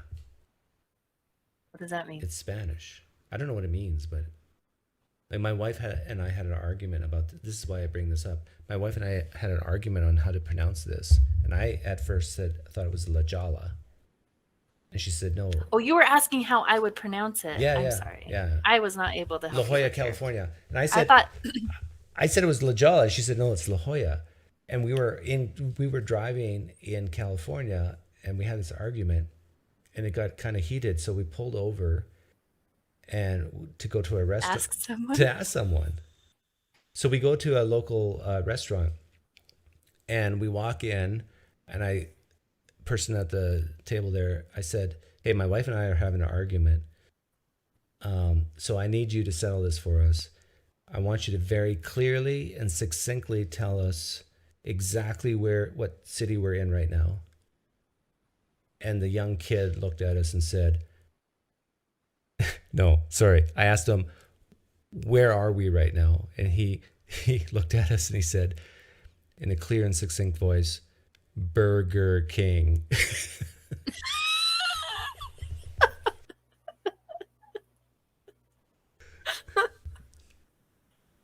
That's good.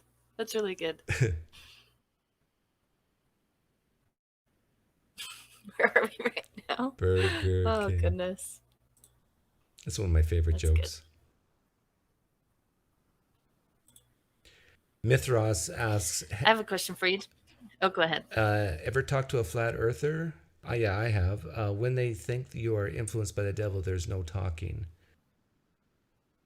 Actually, you can still talk to someone, Mithras, when they say the devil's making you think this way, because you can ask questions like,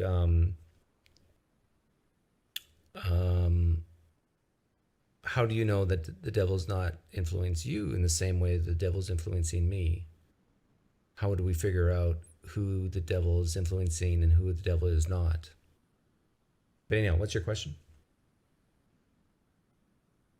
Where do you get knowledge? Where's your go-to place to get knowledge? Oh, that's a great question. I'm a true believer that in a way to figure out what is true, you have to look at different biases, different geographical regions, different cultures, and if they all converge to the same conclusion, given those biases. I'm not talking about science right now, I'm just talking about in general, then you can have higher confidence that it's true. So in other words, if MSNBC and Fox News actually both agree on something, on some news thing, you can raise your confidence that it's probably true. Because they hate each other. That was a very wise answer, Doug. I've had time to think. So where do you go for wisdom? My dad still.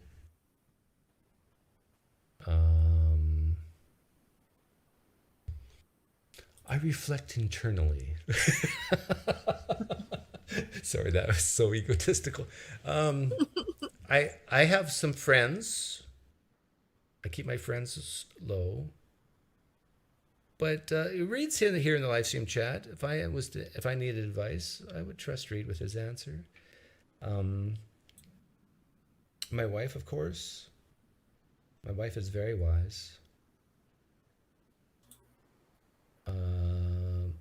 I would trust my sisters. So immediate family and very, very, very close friends. You're talking about people that you trust. That's different than like developing wisdom. How do you develop wisdom? Like how By like being old. obviously so experience. Do you think Yeah. all old people are wise? No, no, but like just think about driving. I'm teaching my daughter to drive right now, and just think about how much an advantage someone who's driven around for 20 years in cities and all over the place, how much an advantage they have in driving than, let's say, someone who's 16.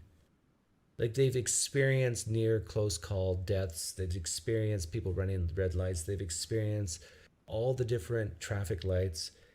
And so when they see something, it's not new to them. They know how to react, what's the wise decision to make in that scenario.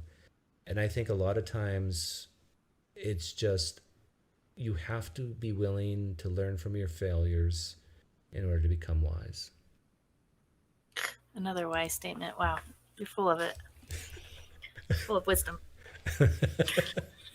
You come to me, yeah. So you can't learn how to drive without driving a car though, right? Right. Or a truck. Like you can read as many books as you want. You would never be able to actually drive. So there's like different kinds of ways of knowing how to do something. You have to practice, Oh, I know right? where this is going. Yep. Yep. So that's my case for religion is that I think you get wisdom from religion. Like I think if you're doing it right. I think there's wrong ways to do it. I think there's dogmatic ways to do it.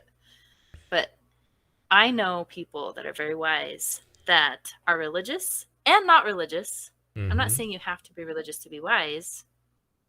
So when I interviewed John Vervaeke, I'd have to go look up the study that he was referring to.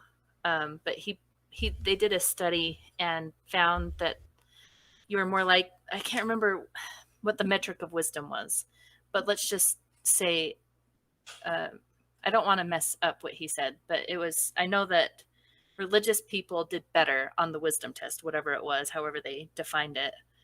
Religious people did better than secular people. However, it didn't matter which religion you were in. So, Well, Kate, when I hear that, mhm. I can understand why the results would be that way. You know why? Because on average, non religious people are younger than religious people. And it, and younger people are less wise than older people because of lack of experience. So that the results of that make sense, but it can be explained very easily. So that's so funny that you said that because, like, the whole thing that politically is like we want to get these like old white men out of power. What if they're the wise ones? well, if you're in today's, yeah. It's just funny because what you just said it would contradict what you would want in a leader, right? Yeah, An older, wiser person.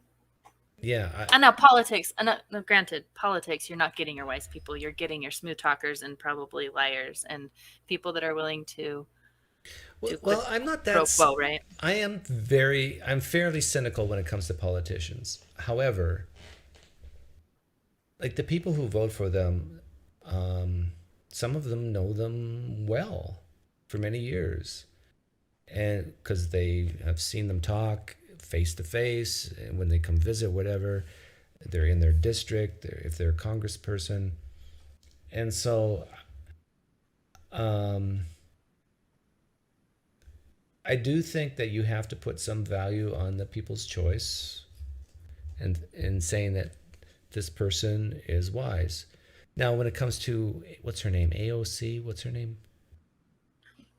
Alexandria Ocasio Yeah, Cortez. like in her situation, it's probably just because she's pretty and not wise. Huh. And with Trump, it was because he had a TV show and was popular. And he was willing to step on sacred cows too. Yeah, that's true. In fact, David Chappelle's Saturday Night Live monologue. Did you see it? Yeah.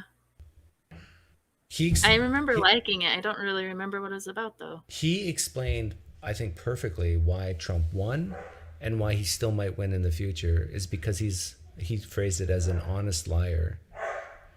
Like when was it the moderator or Hillary asked him Trump about taxation and how Trump uses loopholes to get out of paying high taxes. And Trump just said, that's because I'm smart.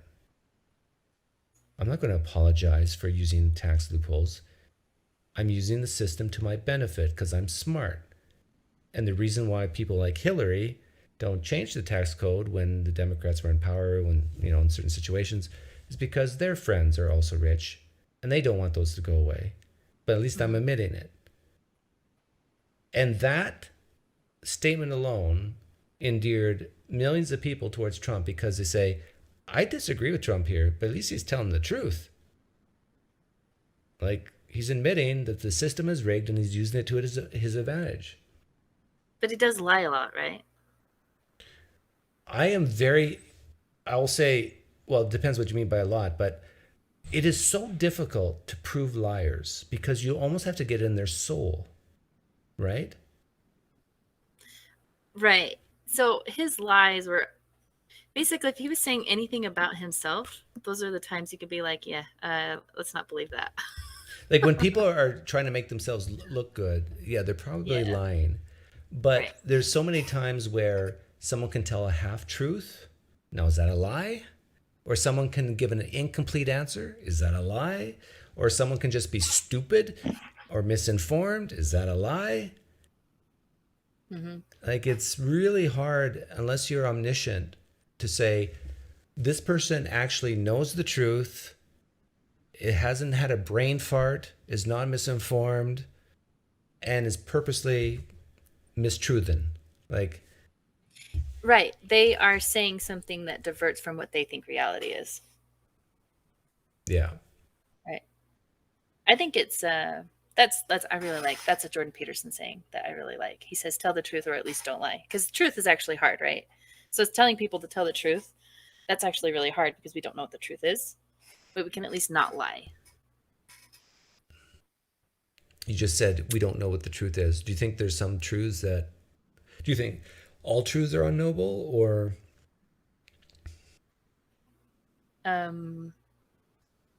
Well, it's like you said, when I'm willing to get on board is when more people agree with it. Then I can say those are more solid. But even you get into science stuff, and the theory of relativity blew Newton stuff out of the water, right? So it's true. It's still it's not.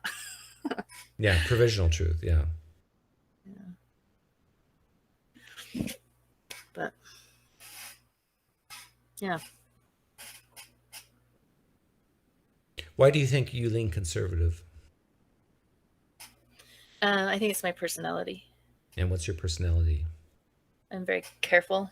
I don't take a lot of risks. I'm just I like to if something's well known, then and it's safe, then I'm willing I'll go out and take the step. I'm very cautious. See, but that can also be used to say that you should be liberal. Because Why is that? Because one could say, I am very cautious. I don't like risk. So therefore I'm going to double mask, stay in my home because I don't want to spread COVID. Whereas a conservative, which we saw... I was different risk though. Like I was worried more about shutting the economy down and starving to death than I was about getting COVID. Yeah. So then really it's more about different values. What am I more scared of? Yeah, what am I yeah. more... Exactly. Yeah. It's what are you more scared of? Are you more scared of giving COVID to someone? Or are you more scared of the bigger meta picture of what the consequences of shutting down the economy and all that? When COVID first, we didn't know much about it. Like we didn't know that it was only killing old people. That was scary to think that 3% of the population was going to die. It was never 3%. I thought it was at the very beginning. That was their Well, estimate. it's now basically declared over, even though 10,000 people a month are still dying from COVID. No. At the very beginning, when they first started telling us about well, COVID, wasn't it like 3%? yeah, it was 3% of Death cases, rate? but not of everybody. Right. But if 3% of everybody that caught it and we were all going to catch it, 3% of people died. Because, But no? they were like, of that 3%, 85% plus were old people or people with pre-existing conditions. COVID was great for the economy because Well, anyways, look at all the social security we don't have it to was pay a little out. scary because it was a little scary because it's like, I know 100 people. So having 3 of those people But die, do you know one of them personally possibly, anybody who's died from COVID yeah. that you've talked to for more than 5 minutes in your life? Well, yeah, my uncle. An uncle? Yeah. Well, my dad's uncle, but he's my dad's age. It's one of those generational things. And how old was he? About my dad's age, which scared me a lot. Which he's older. He's like in his 70s. But Okay. so he's like a few years older than my dad. But here's the weird thing. It came through his house. It came through his house. And his wife, who had cancer, was fine. And it was my fairly healthy uncle that died from it. So I have great news for you. You see that super chat? I do see that super chat. That's a big super chat. Yeah, good job. You know what Mason Dry just did for you? No, I don't. He has provided you for a free buy-in on tomorrow's. Yes. You get, because of this super chat, I will pay for your buy-in for the tournament. Can you make it tomorrow night or Sunday? The next time I come, we'll say. Okay, so whenever you come, don't pay Reed. I will pay for you. Thank you, Mason. You have brought much Mason. joy and meaning and purpose to Marty. The poker night, because they don't have any fun unless I'm there. Exactly. There's actually science to back that up because we're a bunch of old fart men, usually at poker night. And science has shown that if you have a group of 3, your token female's fun. I like her. Yeah, no, but often we only get one, right? We always have a token or none at all. But science has shown that a group of men actually are more productive if there's one female in the crowd. I don't know why that is. Welcome. You're welcome. Any more questions? Tag us. Yeah, I think the reason that I'm conservative also is I think my dad convinced me when I was young that it was the right answer. But it's funny, I've moved. I used to think conservatives were right and liberals were evil. And now I realize that it's just a different perspective and it's actually important to have both. I really like Jonathan Haidt. Yeah. And so in that way I've moved. Yeah, and I've also moved on some social issues. For people who still believe that the opposite political party that you believe in, and it's stupid that there's only 2 main political parties in the United States. It's really stupid. But anyhow, why can't we be more like Canada? It'd be nice. Yeah, like Canadians. Like there's no way that a person's representative just by 2 categories, one of 2 categories. But there's an evolutionary reason why, if you're a liberal, you should value conservatives, and if you're a conservative, you should value liberals. And that is the simple example of why psychopaths exist. Like why haven't they been selected out from the gene pool? And it's because there is benefits to being a psychopath for the community. Because then you're always on watch for them. Is that why? No, it's because they're dispassionate. Sometimes the easiest and best way to make decisions is to strip all emotion out of the process. Some of the best judges, politicians, CEOs are psychopaths because they can make decisions not based on feelings, emotions. Oh, this is interesting. Because anytime you think of a psychopath, you're thinking of a murderer, right? Right, but but not that's all not psychopaths true. are murderers. Just most murderers are psychopaths. So. Yeah. Most psychopaths are not violent. And so we just have such a negative connotation with that. But the point is that if I just had to clear that up for even myself. I was thinking out loud yeah, there. okay, no matter how abhorrent you might think the other side is, remember that evolution didn't deselect psychopaths from the gene pool. And so that should give you some comfort or hope that even if you're a liberal and you think conservatives are all evil, that they actually might be beneficial to the community and society, because psychopaths are. Right. But I'm sure there's people who are listening right now who'll never agree with that. But read a book. Well, it's That I interesting don't do. too because I listen to like so many audiobooks. I kind of lost my steam, but I listen to a lot. One of my Richard Dawkins, had to read that one, right? I have never What's his read anything Dawkins has wrote. Like not even What's his main one that he wrote? the God You know the Delusion. title of it, right? Yeah. God Delusion. Andy Rose wants to know if he should have rib fillet or rump on barbecue. Oh, you got to have rump. Anything You're that just barely having dinner? anything that has the word rump in it, you got to eat.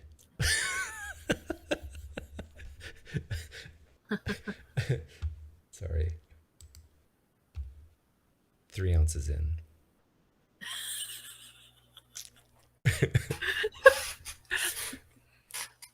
You couldn't do this sober, huh? I'm sober. I'm very relaxed right now. Stephanie McGuire asks, if I missed her talking about this, sorry, but does she still believe that humans have spiritual nature as well as physical? Yes. I'm just gonna confuse her. No. No. Okay. You had me scared there for a second. Yeah, both Marty and I don't believe the spirit exists. Yeah. Pretty skeptical of that stuff. Stephanie, I think my bar's lower than PineCreek's though, than Doug's. yeah, you need to raise your bar. Keep your standards high. Don't lower them before Moroni. The gold plates. That Or was the my gold thing. plates, yeah. But yeah, Stephanie, both Marty and I believe that we are all moist robots. Well, I would say I'm agnostic as far as. Do you believe that we're determined, or that we have this mystery like free will? Yeah, I'm agnostic toward free will. It's weird though, because it's that I understand. I switch back and forth whenever I think about it. I go back and forth and back and forth. Like I can understand both sides of it, and I'm like, I really am like sincerely agnostic on that. Like I can think of comprehend something that would like it's beyond our comprehension to understand, right? Like you know how sometimes you ask the wrong question and the answer's around, but you're asking the wrong question, so you'll never get to the answer. I think that's one of those. Doorknobhead says PineCreek is a rump man. Now we know. I also like chicken breast.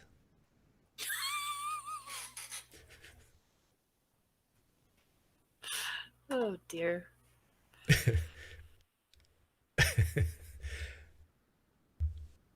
Oh man, when I was at work today, I thought of a whole bunch of stuff I wanted to ask you, and I should have wrote it down. Well, I'll just keep reading the chat, and you can think of it. Was Marty an atheist when she talked to Nathan a month or two back, or is it recent? Yeah, you were, right? Yeah, you were fully out then. Yeah, my beliefs haven't changed since then. No, Nathan did not deconvert me. Hillary's emails ask the person who begs to be a mod, who turns me off every time he or she does. Why not just be a deist, PineCreek? Question for the guest. Why not just be a deist, Marty? I'm not really sure what that does for anyone. Like, I guess I probably am. Like, I believe in God probably as much as Einstein, right? Didn't he say he wasn't deist? I'll be brilliant like him. Yeah, sure. I'm a deist. There you go, Hillary. Like, I don't know what that means. Like, I don't know Why not just believe in a creator God that let the clock run, the ball roll down the hill, and then is impersonal? It could be an alien. I don't know. Here's the correct answer. Because there's no reason to believe that. Yeah, how does that change how you act in your life? Yeah, and that's another good point. It doesn't change anything practically. The only thing it might change is that you might have explanation why there's something rather than nothing. You just you just take that question, you shift it because the deist God wanted it. But you still, well, why did the deist God want it? And why does it exist? Why is there a deist God rather than no deist God? You just move the question one to the right. You know, like, right, like there could be, I've had this thought. I'm sure everybody's probably had this thought, but it's like, if there was a creator, like if I were able to create something on like a computer program and somehow they're like self-aware in that computer and I'm completely unaware of them, what does it matter if there was a creator if he's unaware of, like, you know? Yeah, Does that make sense? if he's hidden, right? Yeah. Rich Younger 9 is questioning you. He thinks you don't know the difference between agnostic and atheist. You can play the semantic. You tell me the definition, then, like, I don't care. Yeah. I think those are stupid conversations. You're on the wrong channel. It's you're looking for Steve McRae's channel right now. I don't know. There. Argon thinks that I'm a Muslim, but he said LOL. So no, I'm not Muslim. Why do you think there's more Muslim men than women, but in Christianity there's more Christian women than men? Did you know that? Say that one more time. There's more Muslim men in Islam than women, but there's more women Christians than men. I think that's true. Really? Yeah. There's more men than women? No, there's more Muslim men than there's Muslim women. But that doesn't make any sense to me. But there's more Christian women than Christian men. Like don't they practice polygamy? Who, the Muslims? Yeah. Only if you're wealthy and it's limited to 3, and very few do it, I think. Okay.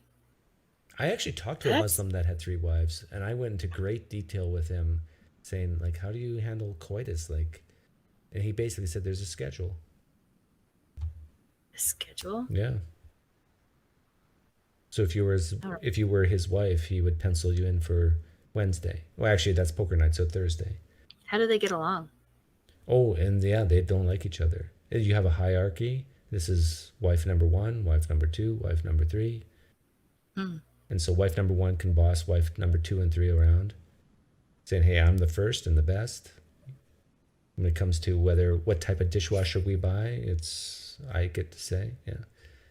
It's fascinating. Yeah, that had to be going on with early Mormonism or in the breakoffs today, right? Like, yeah.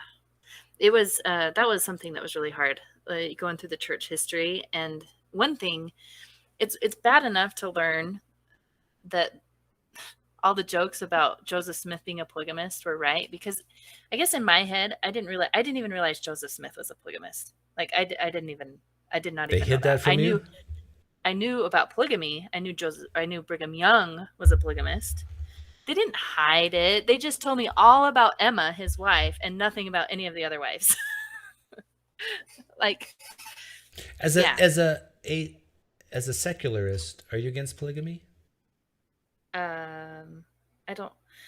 I'm pretty traditional. I'm going to go back to like that conservative part of me says that, monogamy is probably wise. It works. Right. It might be the wise choice, but there's probably situations where polygamy can and does work well, and that it might aid into the maximum benefit for all involved. Like how? Well, I'm thinking about poor countries where a man can afford to support more than one wife, and so he has 3, and they now have food, shelter, and clothing. And in family situations, think about all the times where you're stressed with your kids. Can you imagine if there was another woman to help you? Yeah, but what about all the guys that are single out there? Well, I guess you're talking about a societal level, right? Yeah, well, they must not be good looking enough. That's all. Yeah. I don't know. I don't have any moral qualms of like the adults are doing it and there's not like underage marrying and like manipulation going on, right? Infant Relocation asks, Coke or Pepsi? For me, it's Coke. No question. Neither. Dr. Pepper. Dr. Pepper. I've never liked Dr. Pepper. That's like, I don't drink a lot of pop, but that's the one I'll go for. Actually, my favorite soda is red cream soda. They don't have it anywhere, though. Travis, your question, I'm quite sure Marty will answer the same way as me. Yes, it's possible all gods were written by humans. That's, yeah. What did he say? Ask her if it's possible that all gods written by humans are made up by humans. All other questions are scientific in nature. Of course, it's possible. I don't understand. Not only that, he's basically saying we've created gods in our own image, not the other way around. Oh, right. Definitely. What are mainstream conservative opinions that Marty disagrees with? Asked Noah. Mainstream conservative? Yeah. Is there any mainstream conservative opinions? I'm okay with. Well, I'm pretty libertarian, right? So that's its own kind of conservative. Like, be specific. Like, I'm okay with gay marriage. I'm okay with 2 dads and 2 moms.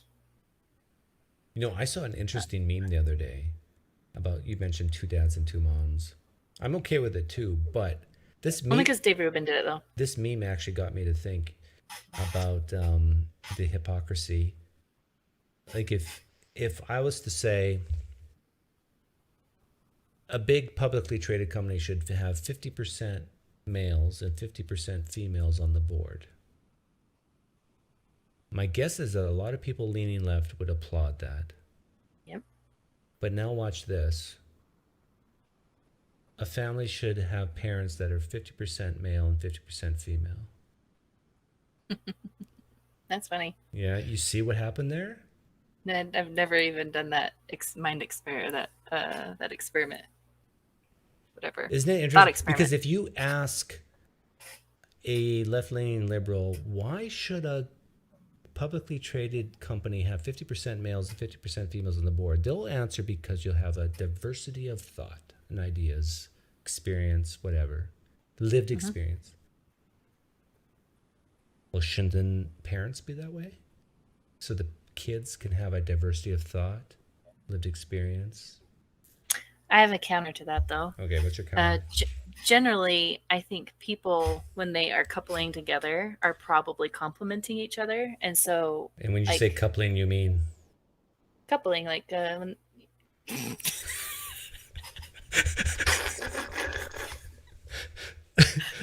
No, they don't complement each other necessarily all the time. No, they find ways. They find ways. They find ways to complement each other. When you said coupling, I was thinking coitus, but I think you meant something else. I'm going to answer Noah's question as well. What are mainstream conservative opinions that I disagree with? I think most conservatives would be against most, or be for most, that drugs should be banned. Most drugs should be banned. And I think most drugs should be legal. If people want to kill themselves, they should have that right. If people want to be stupid and take cocaine and get addicted, of course for adults, but then again, some 25-year-olds are not. Here's a hot topic that's been, what about assisted suicide for mental illness? You added in for mental illness in there, which makes it very interesting. Isn't that the hot topic right now? Isn't that, maybe it's not. It's just something I've thought of. But I thought that was going on in Canada or something. Well, I'm for assisted suicide in general. And so I think I would be a hypocrite to say with an exception for mental illness. But maybe I'm wrong about that. Because can a mentally ill person make that type of decision? But if they're in pain, if they're ill, who are we to say that they should not? So this is where we diverge, I think. Oh, good. I think this is where I feel like a purely rationalistic, materialistic kind of this is where it takes you. and I can't go there. It depends on the level of mental illness. Like if you're so mentally ill that you can't even know that. I'm even further back on even assisted suicide. Oh, really? Okay, let's talk about that Yeah. then. So my sister, you know the situation with my sister, right? Okay. Hold it. I'm gonna make an exception here. I'm talking about like a healthy someone. I watched a documentary because in Canada you can't do assisted suicide if I'm or is it No, no, Washington? It's the state of Washington that this was at in, I think. I want to say it was Washington. There's some Vice thing, and they followed this guy through the last days of his life, and he seemed like a pretty healthy guy, healthier than even my dad. Like he wasn't suffering, and he decided that he wanted to go before things got bad, and okay, then he committed. And then but he was so healthy. he was healthy, and he just was probably, I don't know. I don't think he was even in his 80s. I think he was like in his 70s. Okay, but here's a And situation where if someone is healthy and has, meaning that, like if you're healthy, you have some quality of life, right? And if you still want to commit suicide as a healthy person, that tells me that you're not healthy, really. Because if you're not in any type of physical or I'll emotional have to go pain, find it. that It the way they spun this is just like, yep, I'm ready to check out. And they made it seem he didn't, I don't think he had any mental illness. It's just something he decided to do. And then he went with it and the government helped him do it. but to me that's still crazy because Or not even the like government. It evolutionary was, wise, we are pre-programmed to survive, to want to survive, unless we're in so much pain and agony that the choice of being dead is better than the choice to being alive. So if someone has no illnesses physically and still wants to commit suicide, that tells me they're either lonely or they're completely nihilistic and have no purpose, hope, or meaning. suicide assisted. I'm looking for it because But I still I think wish that I if someone wants to die, maybe a it's CBC. their This could life, be not it. ours, right? So what harm is really being done if they freely, in quotes, Well, we have make all that kinds of choice? safety nets for people, right? We have all kinds of safety nets for people, and it seems like protecting them from themselves is just another safety Well, net. the I don't thing is, know. they can always kill themselves unassisted, right? Like that option's always open. And so, And people do it. yeah. So, but when it comes to assisted suicide, I do believe that there should Don't you be. think the number of suicides would go up if it was for one, if it was done for you, you don't have to pull the trigger, and two, there'd be more of them if because No, obviously for the if your medical professional is okaying it, it almost gives you a degree of like you're that's okay. Like where we kind of morally have a hard time with taking your own life. All of a sudden you get a green light from society and there's going to be more. for healthy people. Yeah, I would assume so. I question that. Like, if someone's content and healthy in life, what's the reason to commit suicide? Like, there has to be a reason Because I think the guy, to collect on I don't know. insurance. I think he was bored on. I think he didn't feel any meaning in his life because he was old, retired, and he didn't have meaning in his life in his old age. Okay, but And he but and his also his reasoning was he wanted to do it but while how he was old still was in good he? health. He didn't. I don't know. I wish I could find it. See, I kind of think. This is out of my memory, and it's probably been years since I watched it. See, this is the weird thing about us humans. We are not really meant to live past the age of 40 or 50. We really aren't. Like, evolutionary wise, we are predestined in a way to have offspring, get them to the level where they're independent on their own, and then die. It's because of medical science that we live to 70, 80, 90 years old now. But that's very rare. Only in the last 100 years has that really happened for the majority of people. And so, in my opinion, if you're over 40, you should be dead. But because of science, we have a bonus. We have, like, in arcade games, it's the bonus round. And you should be thankful for that. But really, this is a bonus round we're in right now. Well, for me, you're not over 40, right? Not yet. Oh, it's getting close. So that's weird. Yeah. Hmm. But Yeah, evolutionary I have. speaking, you should live long enough to get your kids independent, and then you should drop dead. Yeah, I can't say I have like a super solid, good, rational case for why I think what I think. It's intuitive that feels wrong. Oh, what? Question mark asks an interesting question. Should we allow people with body dysmorphia, should we allow them to cut off their legs? I say no, but it's for a completely different reason, because if they cut off their legs, then society actually has to help them and take care of them, and they become a burden to society. But if someone kills themselves completely, they're no longer a burden to society. Hmm. I don't know. I think when you like make that legal, I mean, especially when some medical professional do it and they have their oath, right? Do no harm. That just seems so backwards. Well, doing no harm can actually mean preventing harm. So by killing someone, you're preventing harm if they have terminal cancer, for example. Hmm. I know that, like, I don't know. You get to the end of life stuff, and that's.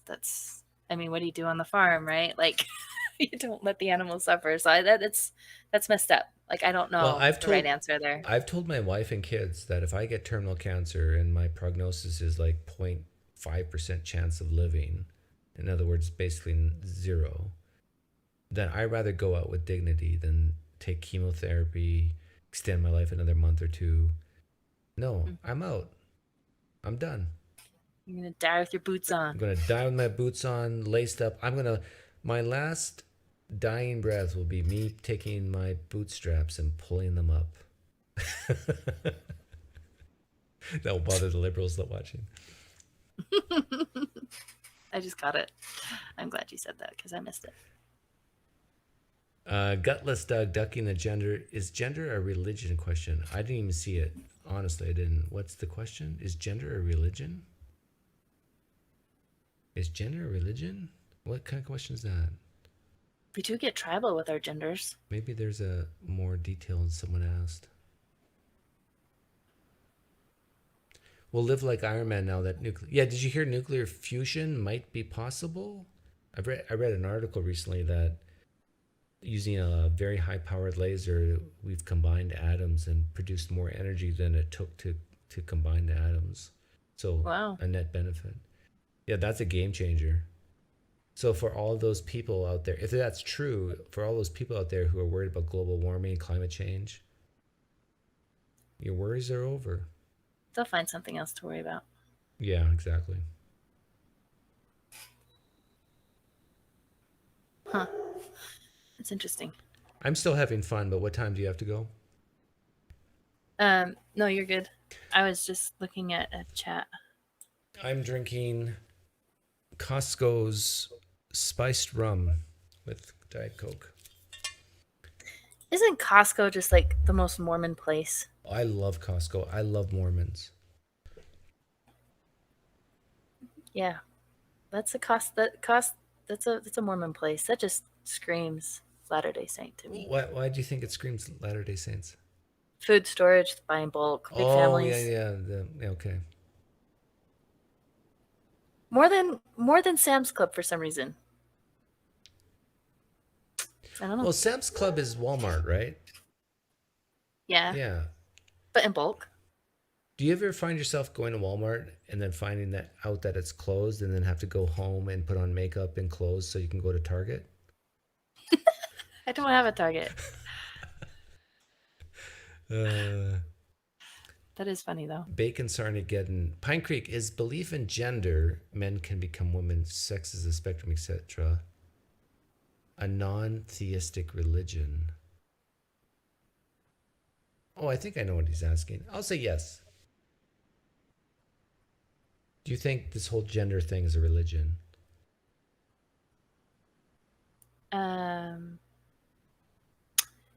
Interesting. Well, I think what's fascinating to me is that you have like feminine traits and masculine traits. We all recognize that, and because majority of women have the one and men, then we've kind of created the gender norms.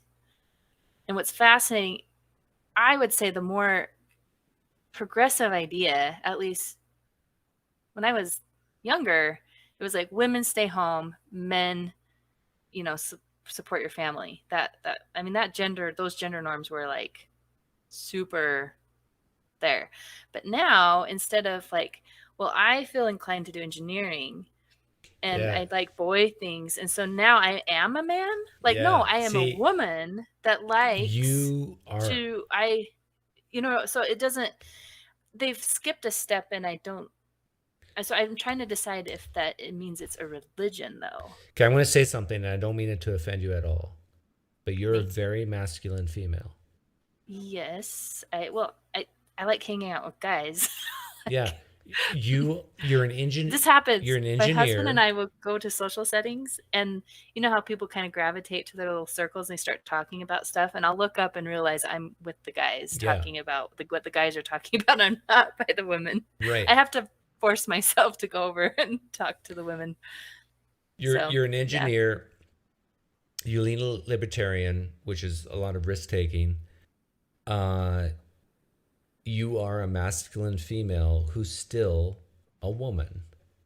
Yeah. You're a biological woman, but a masculine Well, and female. there are some traits that I have that are feminine, right? Like, yeah, sure. There are yeah. some things where, like. So this whole idea of,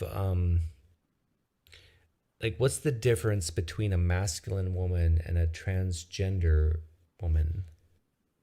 Well, actually, I think I've never had body dysmorphia though. Like I've never been unsatisfied. Like I'm okay with my boobs and I'm okay with my. What I don't get is that's what a transgender person actually is. But to this day and age, I think they're muddling the lines. What's interesting to me is, let's say you are a biological woman with boobs, but you think you're a man. Wouldn't you like that you have boobs then? Well, I guess it depends on your sexual orientation. Because you can gratify yourself more easily. Like, I think that don't people dream about that scenario? I don't know. It's all so confusing to me. I think I wouldn't want to change a thing. Like, why have is it labot? No, what do you call it when you mastectomy? Why have a mastectomy if you can turn yourself on? I don't get it. Yeah, I don't know. Like I have a lot of compassion for people that struggle with body dysmorphia, and that's where I'm. At least the detransitioners that I've listened to, that seems to be what happened to them, is that they just seem to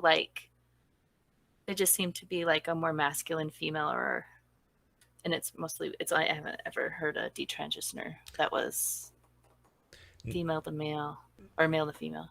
Noah Winslow says, PineCreek, look up Blair White. I think I know who Blair White is, and I think if she is who I think she is, I like her a lot. She was gay before she transitioned. But isn't she a transgender so what I'm saying woman who is against what most of the left say? Yeah, she's conservative. Yeah. Like uber conservative. Like I think. Well, it's kind of like the interview. So if anybody is still listening, there's 141 people here still. Oh yeah. They're up so late. I for my podcast interviewed Lady MAGA USA. Did I already say that to you at the beginning? No. I don't know if I said that. I said that already tonight. But anyways, I don't think you did. I must have done it at the 3 Practice Circle. So anyway, it's a drag artist. It's a gay man that likes to do drag, and his character that he has right now is Lady Maga USA, and super conservative too. Also, not a longer, but kind of like Blair White. So she's a transvestite? He's a transvestite? No, he's just a gay man that he likes doing drag. He likes. But isn't drag? drag It's like isn't drag No. transvestite? no, drag is just you dress up as a woman. Yeah, but that's transvestite. I don't know what isn't a transvestite someone that thinks they're a woman? No, a transvestite is someone who likes to dress up in what's considered socially opposite gender, sex clothing. The way that he described it to me was that he likes to do it because it's like a theater thing for him, and he's always been like a theater kid, and so he just really likes. Well, theater kids are messed up. Were you a theater kid? No, but my son is. But my son looks at his theater friends. My son is kind of very amazing in a way because he does drama, but he also is on the basketball team. He's also on the honor roll. Oh, wow. So he associates with nerds, like the smart kids who wear glasses, and then he also associates with the jocks, and then he also associates with the drama kids. And so he can see all the different cultures within high school. And all the perspectives, probably. He's going to be like a young, wise Doug. He's going to be the next Obama. Yeah. But except conservative. That'd be nice. That's why I tell you liberals to like. Then the conservatives could stay on my good side because, you might need to be pardoned by my son someday.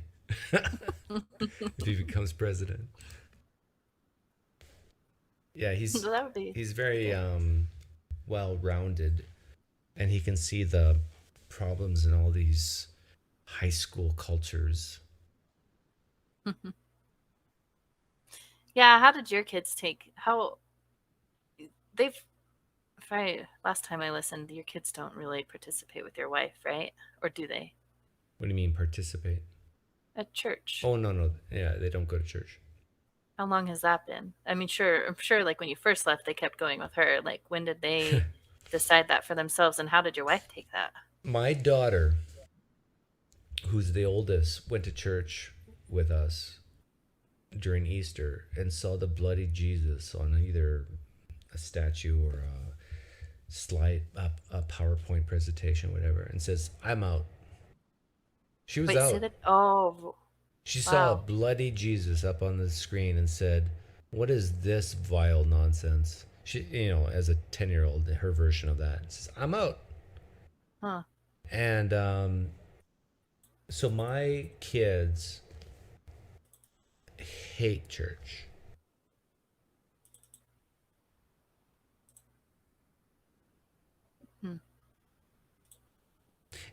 And what's weird is I've actually encouraged my kids to go to church as an atheist. Why is that? How is my daughter going to find a boy?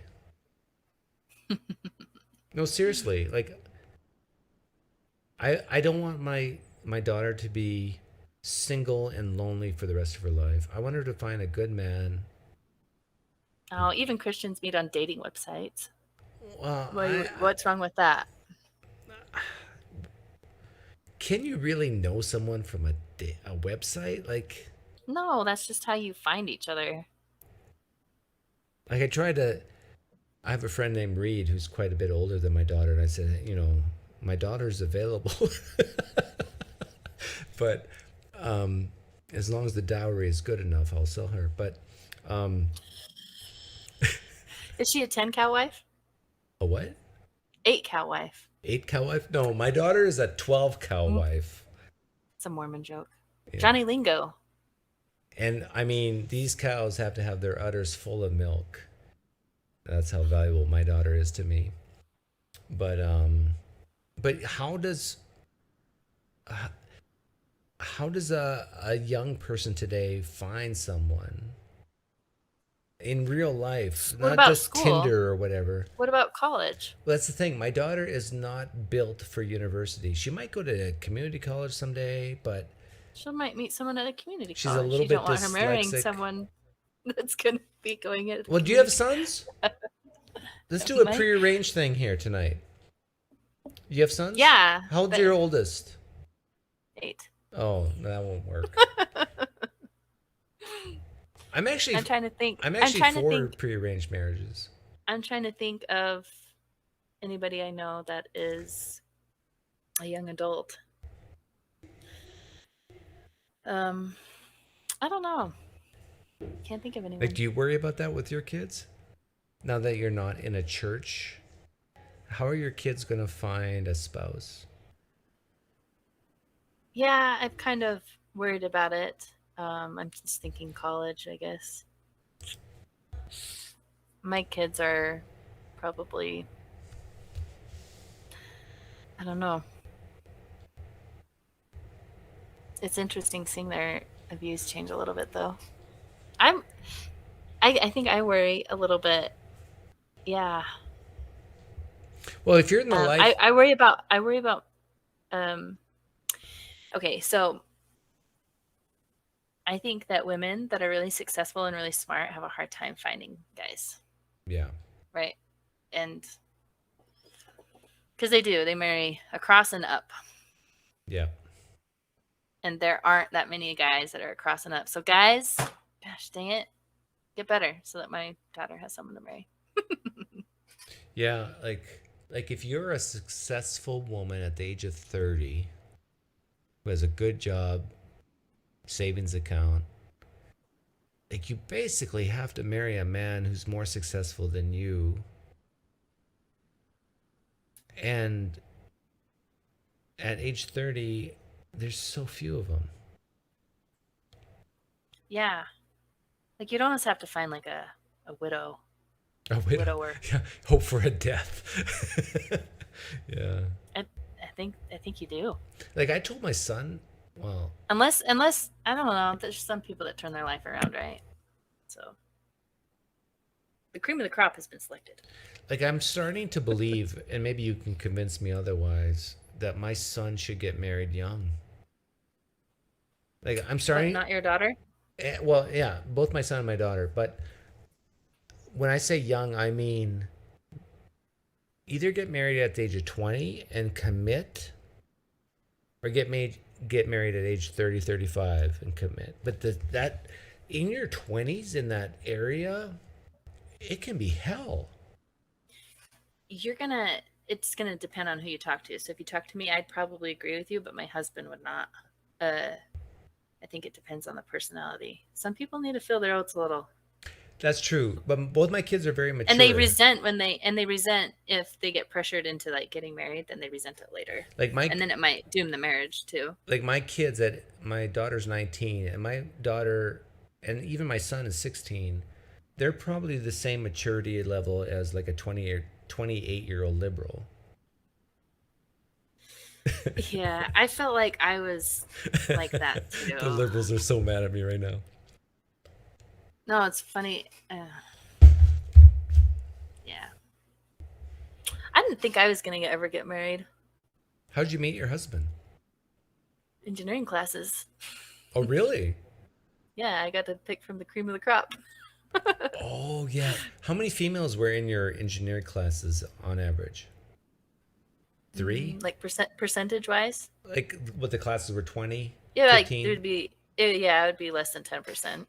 So there's like 2 or 3. So you basically could just pick any guy you wanted and you'd be successful. Yeah, but whether they picked me, right? Oh, come on. Story. No. This was not you. I had to ask my husband out first. He didn't. Well, that's because he's an engineering nerdy. geek. That's why. He was trying to find it. He was shy, right? No, not really. No. But if you're, I really scored big. I've seen your husband. He's a very good-looking man. Yeah, he's athletic and he's smart and he's awesome. Like, you know how women complain about their husbands not doing shit? I don't, because he does stuff. Like, I don't know. He's pretty awesome. I really did. I won big.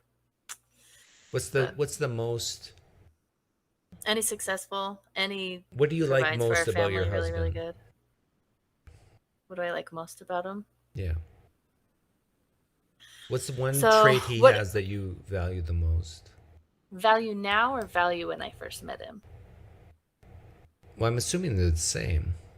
Not really, because I've learned things about him. Oh, okay. Good things. Okay. Yeah, that could So, go like either way. the things that attracted me to him was that he was tall, Oh, come on. Don't be and that vain. and that he was tall, and that he was.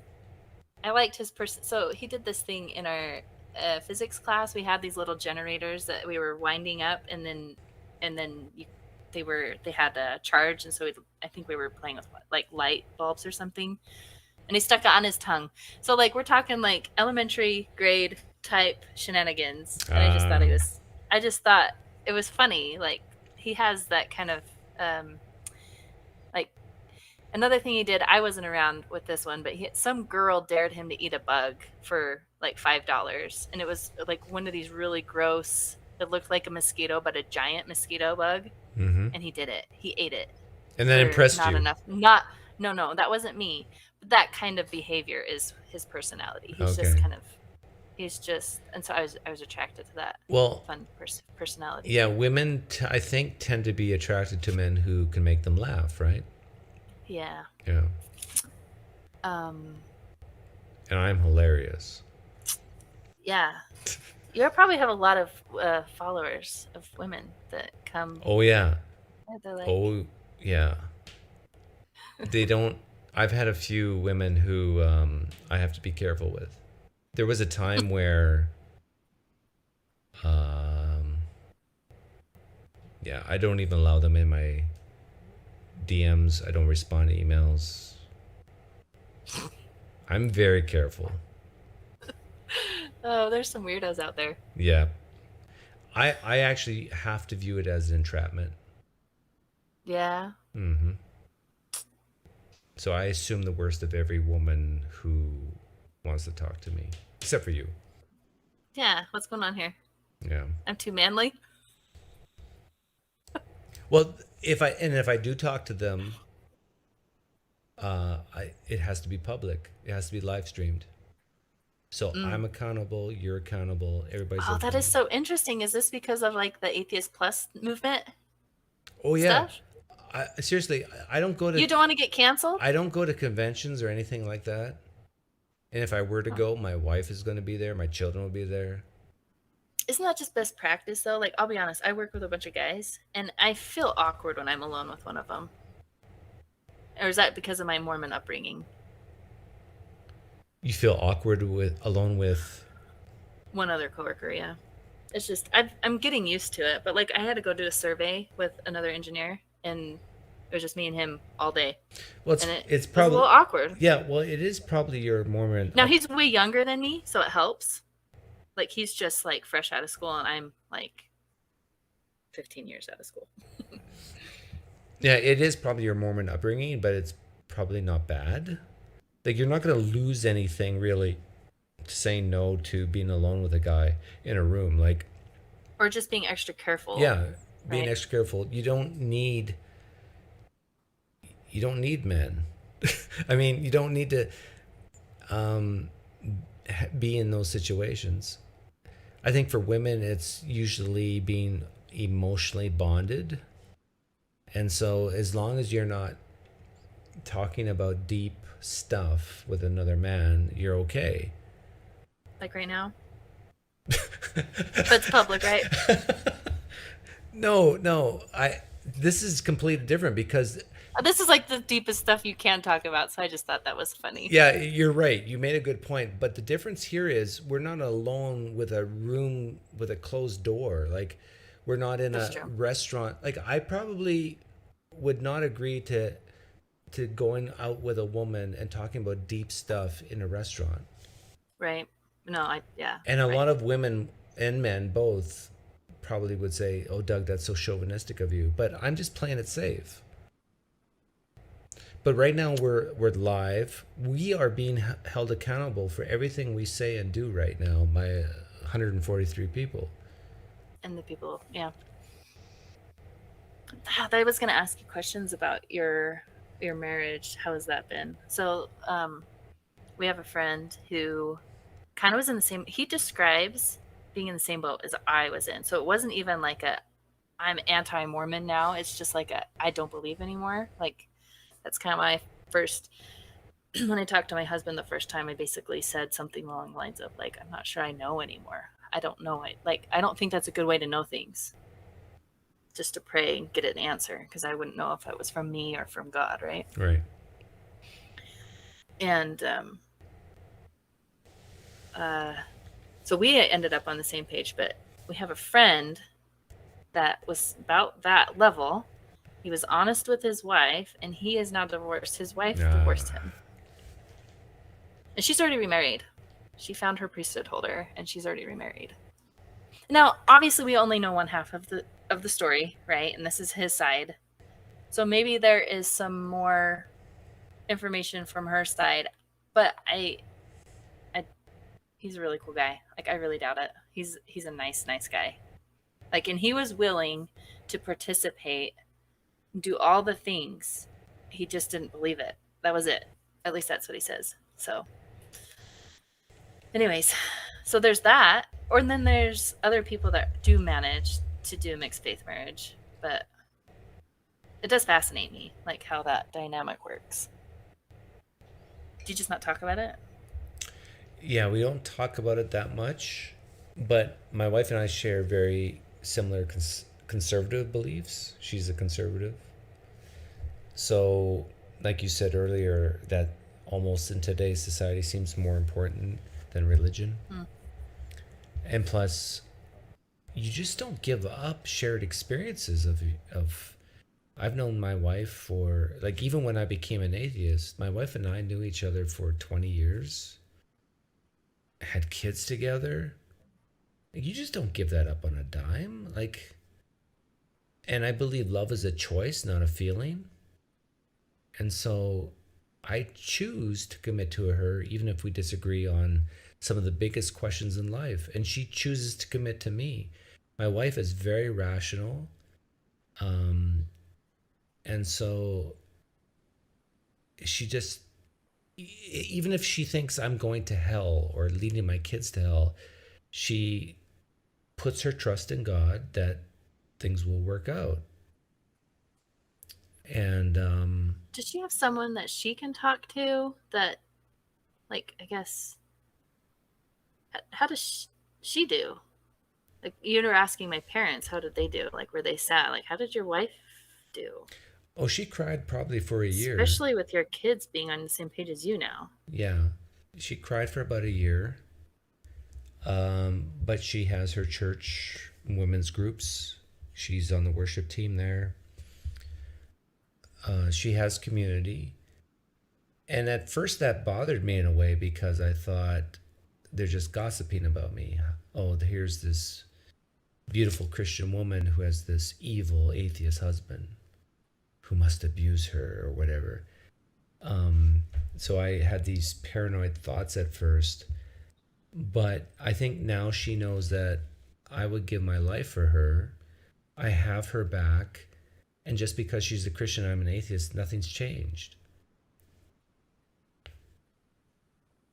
How long do you think it took you to get to that point where, like, it sounds like you're a good place now, both of you. Yeah.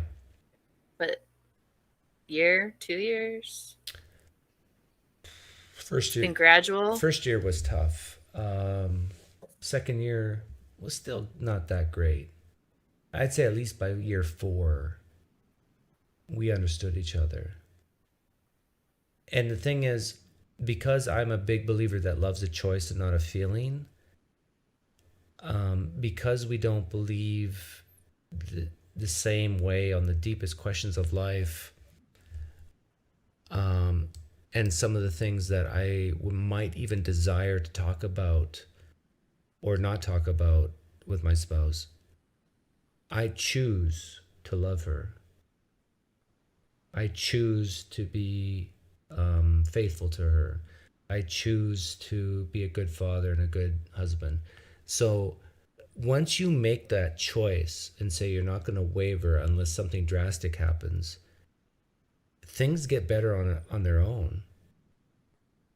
Which is part of the reason why I think that it sometimes is okay for really young people to get married really young if they are mature relative to their peers and they choose to be committed and not just say, oh, I don't feel I love you today. And so, or even I don't love you this week. Like, that nonsense has to go away. That sounds like the same sentiment that one of the church leaders gave when I was growing up. And it was something along the lines of, don't worry about so much who you're going to marry. Like, just make sure that you are, both faithful Latter-day Saints, and it'll all work itself out. Right. And I understand it's not the exact same thing. But there's truth to that, I feel like right? the sentiment is still there. Like, you're right. If you are choosing each other and you're both, oh man, I think like a week. agree. This is the truth. A week before I got married, Like, you don't believe in soulmates, basically. no, right? no, that's garbage. But you, Because I don't believe in souls. But a week before I got married to my wife, I looked her in the eyes and I said, think about all the strengths I have. And now reduce it by 10% or 20%. And think about all the weaknesses I have and increase it by 10% or 20%. Now ask yourself, do you still want to marry me? And if the answer is yes, let's do this. If no, let's stop this. And she said, let's do this. Okay, quick question. You said that you got to the point where you understood each other. What do you mean? Like, what did you understand about her, and what does she understand about you? I would say what I can't speak for her directly. What do you speculate that she understands about you? What she understands about me is that I can't force myself to believe something I can't believe. And so she knows that I have huge troubles in believing something that's not demonstrated. And evidence for me is not, oh, we got hearsay eyewitness accounts in the Bible, or we have remission of cancer in our neighbor friend who is a Christian, or we have, you name it. This is not, she understands that that's not good enough for me. And what I understand about her is that she needs this, and I'm not going to take it away from her. And I don't even desire to take it away from her. She has my blessing to be a Christian, and that's okay. Yeah, I think that's key to relationships across difference divides. Yeah. There's a lot of people that don't think you can maintain your friendships, especially with super tight-knit ones. Now, don't get me wrong. There's a difference, right? It's not the same. The relationships that I have, like with our neighbors, for example, it's a little different, especially at first. But I've demonstrated over and over again that I'm the same person. And I do think they believe me. Like, I've had them leave kids with me. Like, they trust that I'm the same person, that I haven't turned into some kind of terrible person. Yeah. Right? But what's interesting is that it's a pretty big move to change your fundamental belief. And I think it's fair for people to watch for a while to make sure you don't change. Because I do think some people do change too. And that's fine, but I don't know. Like, some people do. Yeah, I think decide that open marriages are cool now, and they go for that, or it's pretty popular in the ex-Mormon world. Yeah, I think whether you leave a religion or whatever, the person you marry 40 years later is a different person in some respects. Yes. Yeah. You kind of grow together, right? Yeah. Like, people change over time. So what's been interesting with my marriage is I feel like there is definitely that moment where you realize we got married because of the church. And that was the thing we have in common. We no longer have that thing in common anymore. Like, are we good? And you kind of have to go down that rabbit hole. And I concluded that, like, I think we're a good match regardless. So, Did you have a big wedding? a big wedding. We got married in the temple. It was free in a pretty castle. You got married in the big temple? You didn't know that that's what Mormons do? Well, That's where weddings are. You have a reception, but the reception was just in my grandma's backyard. so that big temple in Salt Lake City, you got married in that building? Yes. And But you wouldn't have been able to come. so only Mormons can go. No, only temple recommend holding Mormons can go. And you can't have a temple recommend unless you pay your tithing, which is 10% of your income. Wow. So when you left Mormonism, you gained 10% income. Yeah, I got what's the phrase? Hey, I know how you can get a 10% raise and an extra day off a week. Yeah. I think Sundays are as stressful as weekdays for a lot of people, depending on what kind of calling they have. So the pastor level is volunteer at a church congregation, a Latter-day Saint congregation. Besides paying your 10%, did you have to pay another fee? No. Like, well, there's fast offerings. That's like a little. It's not a lot. I actually ended up paying a lot because why not? Let's just give all of our money to the church. I was okay with that at some point. And did the Mormon church provide you with like a choir and orchestra and all that stuff, or was that all extra? What do you mean? Like, who did your music when you got married? It was volunteer. Oh, that at a church.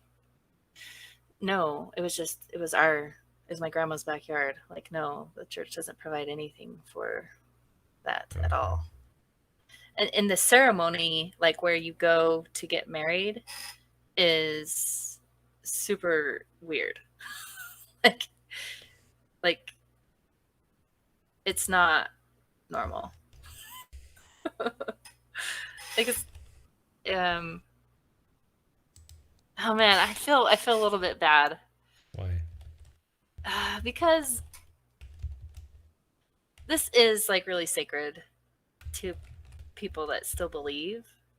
And so I don't know if I should talk about it publicly. You can go Google it. Like, I'm not keeping it from you, but the clothes are weird. The temple clothes are weird, and you have to wear that over your wedding dress. Like, you don't even. What? Yeah, you can. It's Masonic. It's like a Masonic ritual, basically. Are you Freemasonry and the stuff that goes on in the temple, very, very, very much similar. You talking about this? No, that's the underwear. No, those are not the temple clothes. What's the temple clothes? I'm sure you can find another picture. Hang A on. green apron. Green? Yeah, I got white here. Oh, hang on. I would be so fine telling you like at poker night about this, but where this is live public, I have a hard time. Like the fact that Mormon ears could hear is where I don't want to offend anyone. You talking about this? Yes, that's what you get married in. Explain this to me. Why a green apron? So, okay, so the temple, the purpose of going to the temple is to do ordinances, is what they call them, for the dead. And the first time you do it for yourself, and then you do it for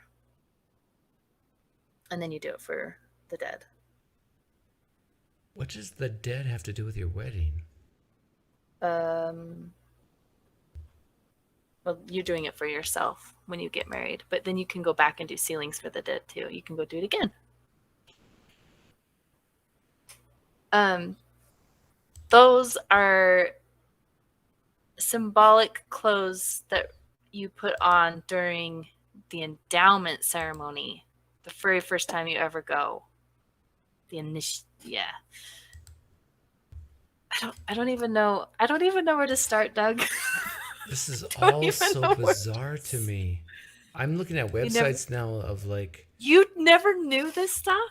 I didn't know And anything you live about around the green these people live around aprons. you, a lot of them. This is the first time I've heard about green aprons. Well, if my family's made it this far. I just hope this never gets Like, found. why green and why an apron? It represents the garden and the garden. It represents the. So when you very first go to the temple, you watch a video, or in some temples it's like a live thing. I don't know if I can do this. Anyways, it's the creation story. You go through the creation story, and then there's symbolism as you go through it, and you put on these clothes as you're going through the ceremony. And it's super, it's super cult-like. Yeah, how? If you ever watched those, I think Big Love had a scene where they were doing some of those rituals and stuff. Apparently, my mom and dad, when they went through the temple, did like this. Like, how is this not superstitious? Like, what are these chefs? It's just, it's sacred. It's considered a religious, sacred thing. That's, see, you're not ready for it. Milk before meat. You'd have to go through all the missionary discussions, and you'd have to go through a lot of things before you'd understand what that all is. Wow, that's just bizarre. And so when you go through the temple, you get a new name. And that's why at poker night, that's why that was my new name. New name. My new name, Rhoda. And why did they give you a new name? It's just part of the ceremony. But is there? It's a secret name. But is there a reason for it? Only. Well, so you get your new name, and then when you go to the veil and you're speaking with God, there is some passcodes and handshakes, and then after you pass, I can't believe you didn't know this. This sounds very wow. much like some type of elite Ivy League school underground Yes, it society. is very much like Freemason. Yes, Joseph Smith was a Freemason. He totally stole it all. Yes, it is. That is what it is. You're right on the money. Secret handshakes. Yes. How do people keep believing this stuff? Do you know what's even crazier is when I went, I was trying to find the message. I was like, oh, this is like the most sacred place on earth. This is where I can get answers, like this is it. I can find stuff out. I can find out. You were like Harrison Ford in Temple of Doom, trying to follow the I don't know how to explain it. The very first time you go, it's pretty bizarre, but all your family is there. So like you come out after all the weird stuff, and then your whole family's there. And that was actually a pretty powerful moment for me, just seeing all my family dressed in white. And it was like your family there. I don't know. I just was happy to be there, and everybody was happy that I just went through the ritual. You know what I mean? Yeah, this is what I was saying earlier, that when you asked me a question, I forget what the question was, but that you need the stupidest beliefs in order to bring people together.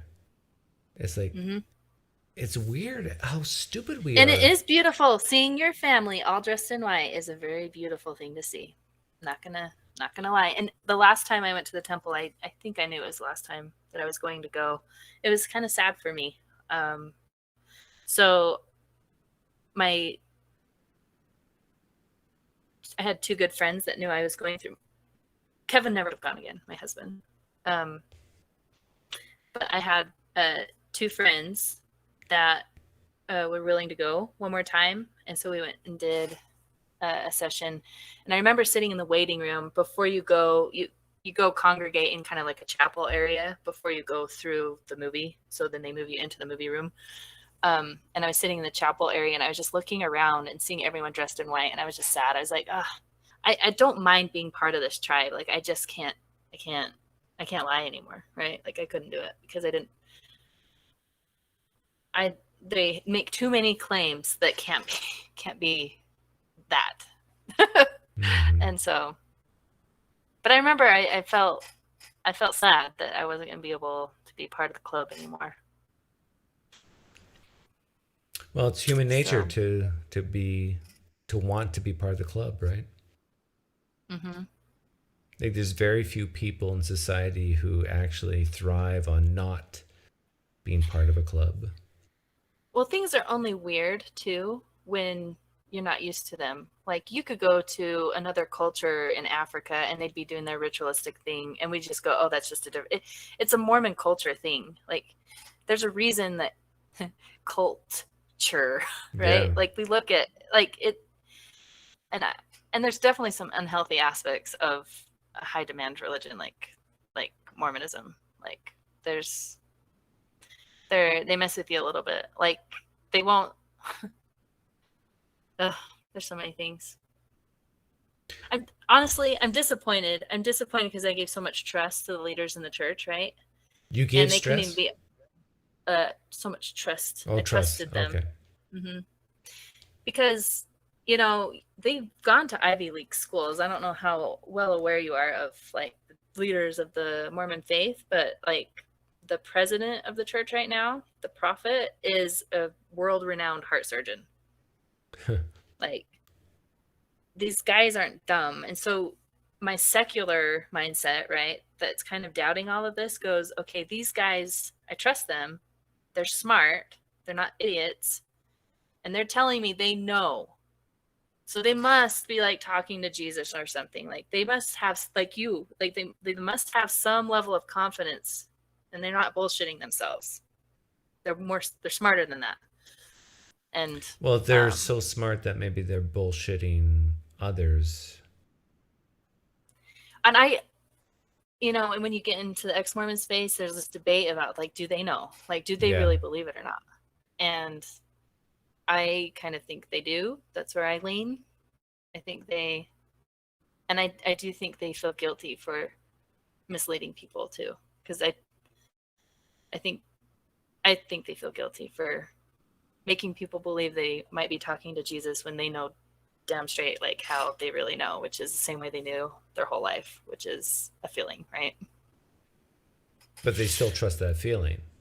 Sure. And they'll say that feeling's just as good as anything. That's how they make themselves feel better. But I think they feel guilty for misleading people, because there's a lot of people, if you go ask someone that sits in the pews every Sunday, if you think that they're talking to Jesus and Christ is actually leading the church, they'll say, yeah, I think that might be true.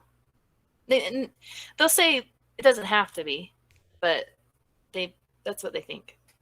Hmm. A lot of people.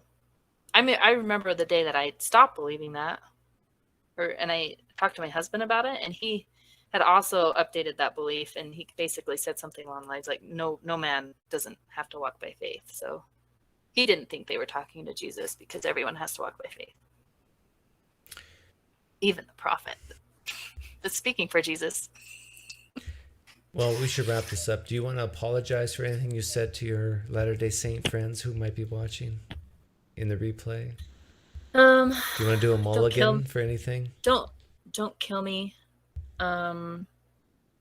Just kidding. They're not violent. Desnats might be, but yeah. My hesitation hopefully shows how sorry I am. I am so sorry. Because I was.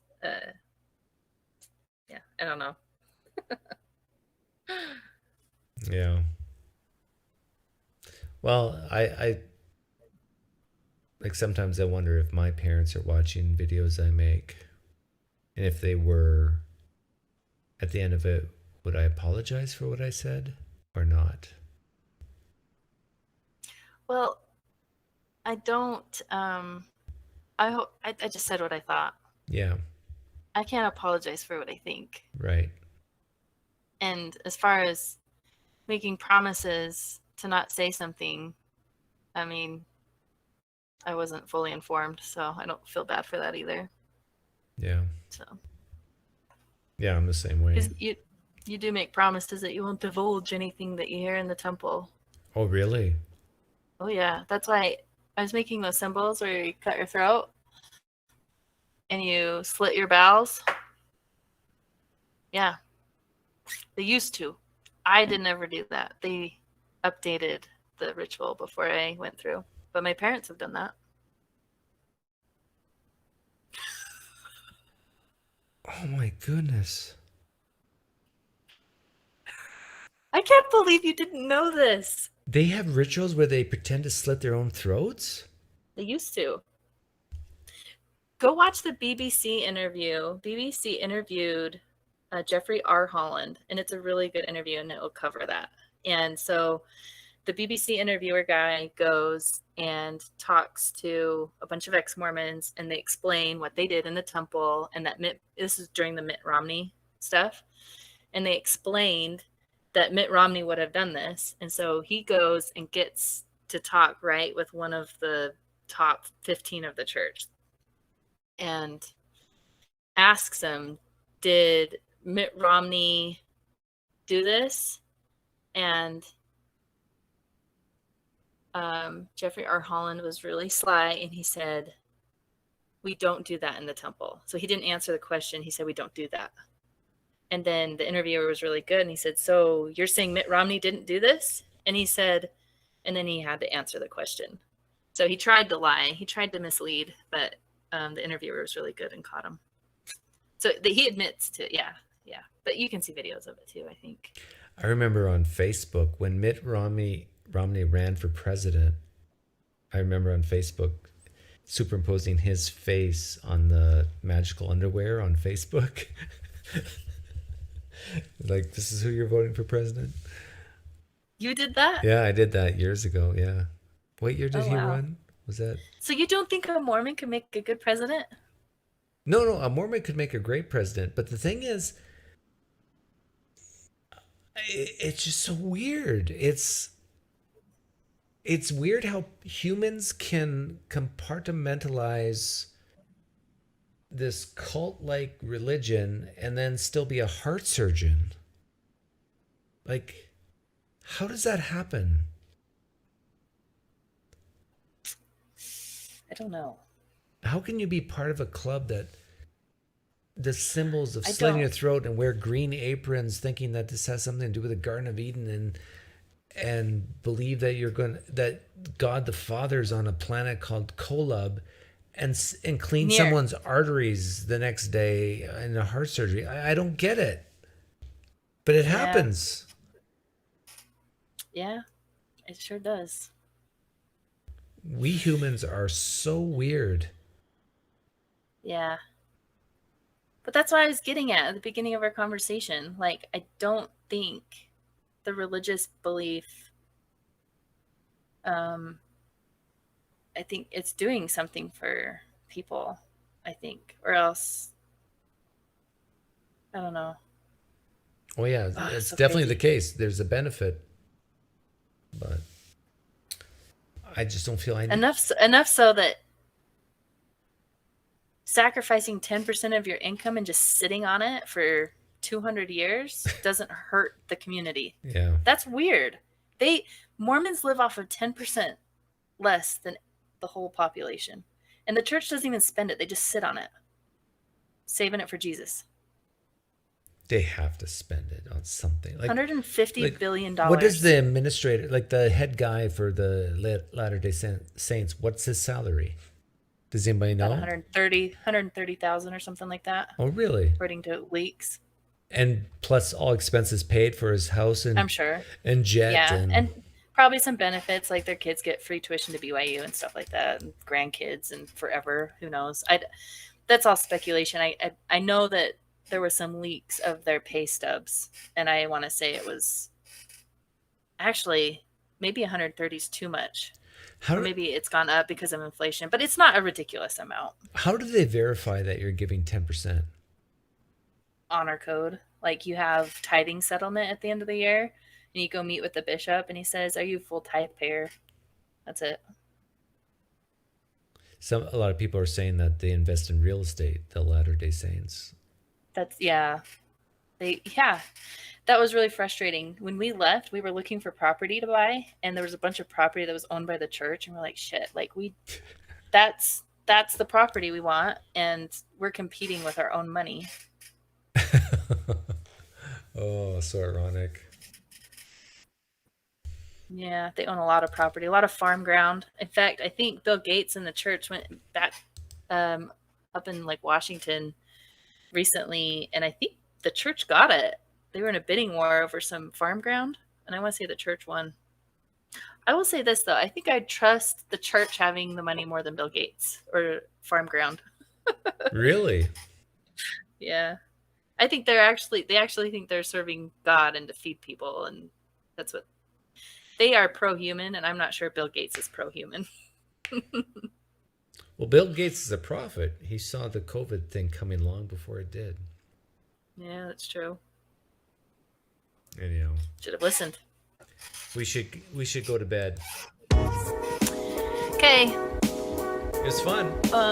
Good chat, and we can end it. I have a question for you. But next $20 buy-in, poker's on me. Yes. So I want you to play recklessly, go all in. No way. I'm gonna make my money back. And I'll make $20. You might win by playing recklessly. That's true. Well, thanks for coming on, Marty. Hopefully you haven't destroyed any relationships By being on here? by being on here, yeah. I don't How long? relationships could potentially destroy with you watching this. Guess how long, without looking, guess how long we've been talking. I already saw 3 hours. Yeah. Does it feel like 3 hours? So at 10, the last hour went really fast for some reason. Yeah. That's because we talked about deep stuff. But Yeah. anyhow, have a good night. Yeah. Take care. Yeah.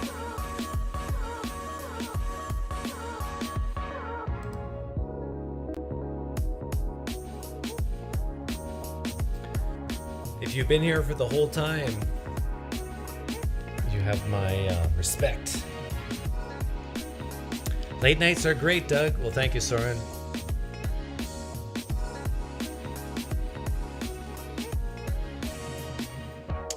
Thank you, Dolly.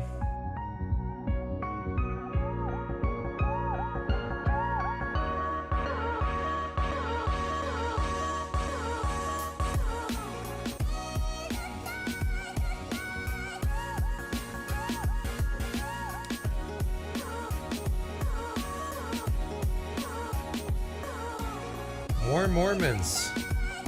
You heard it, Mormons. If you're listening, Hillary Emails wants you to come on.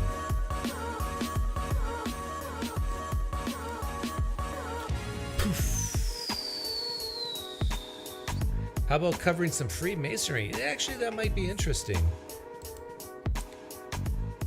Who knows? Maybe someday.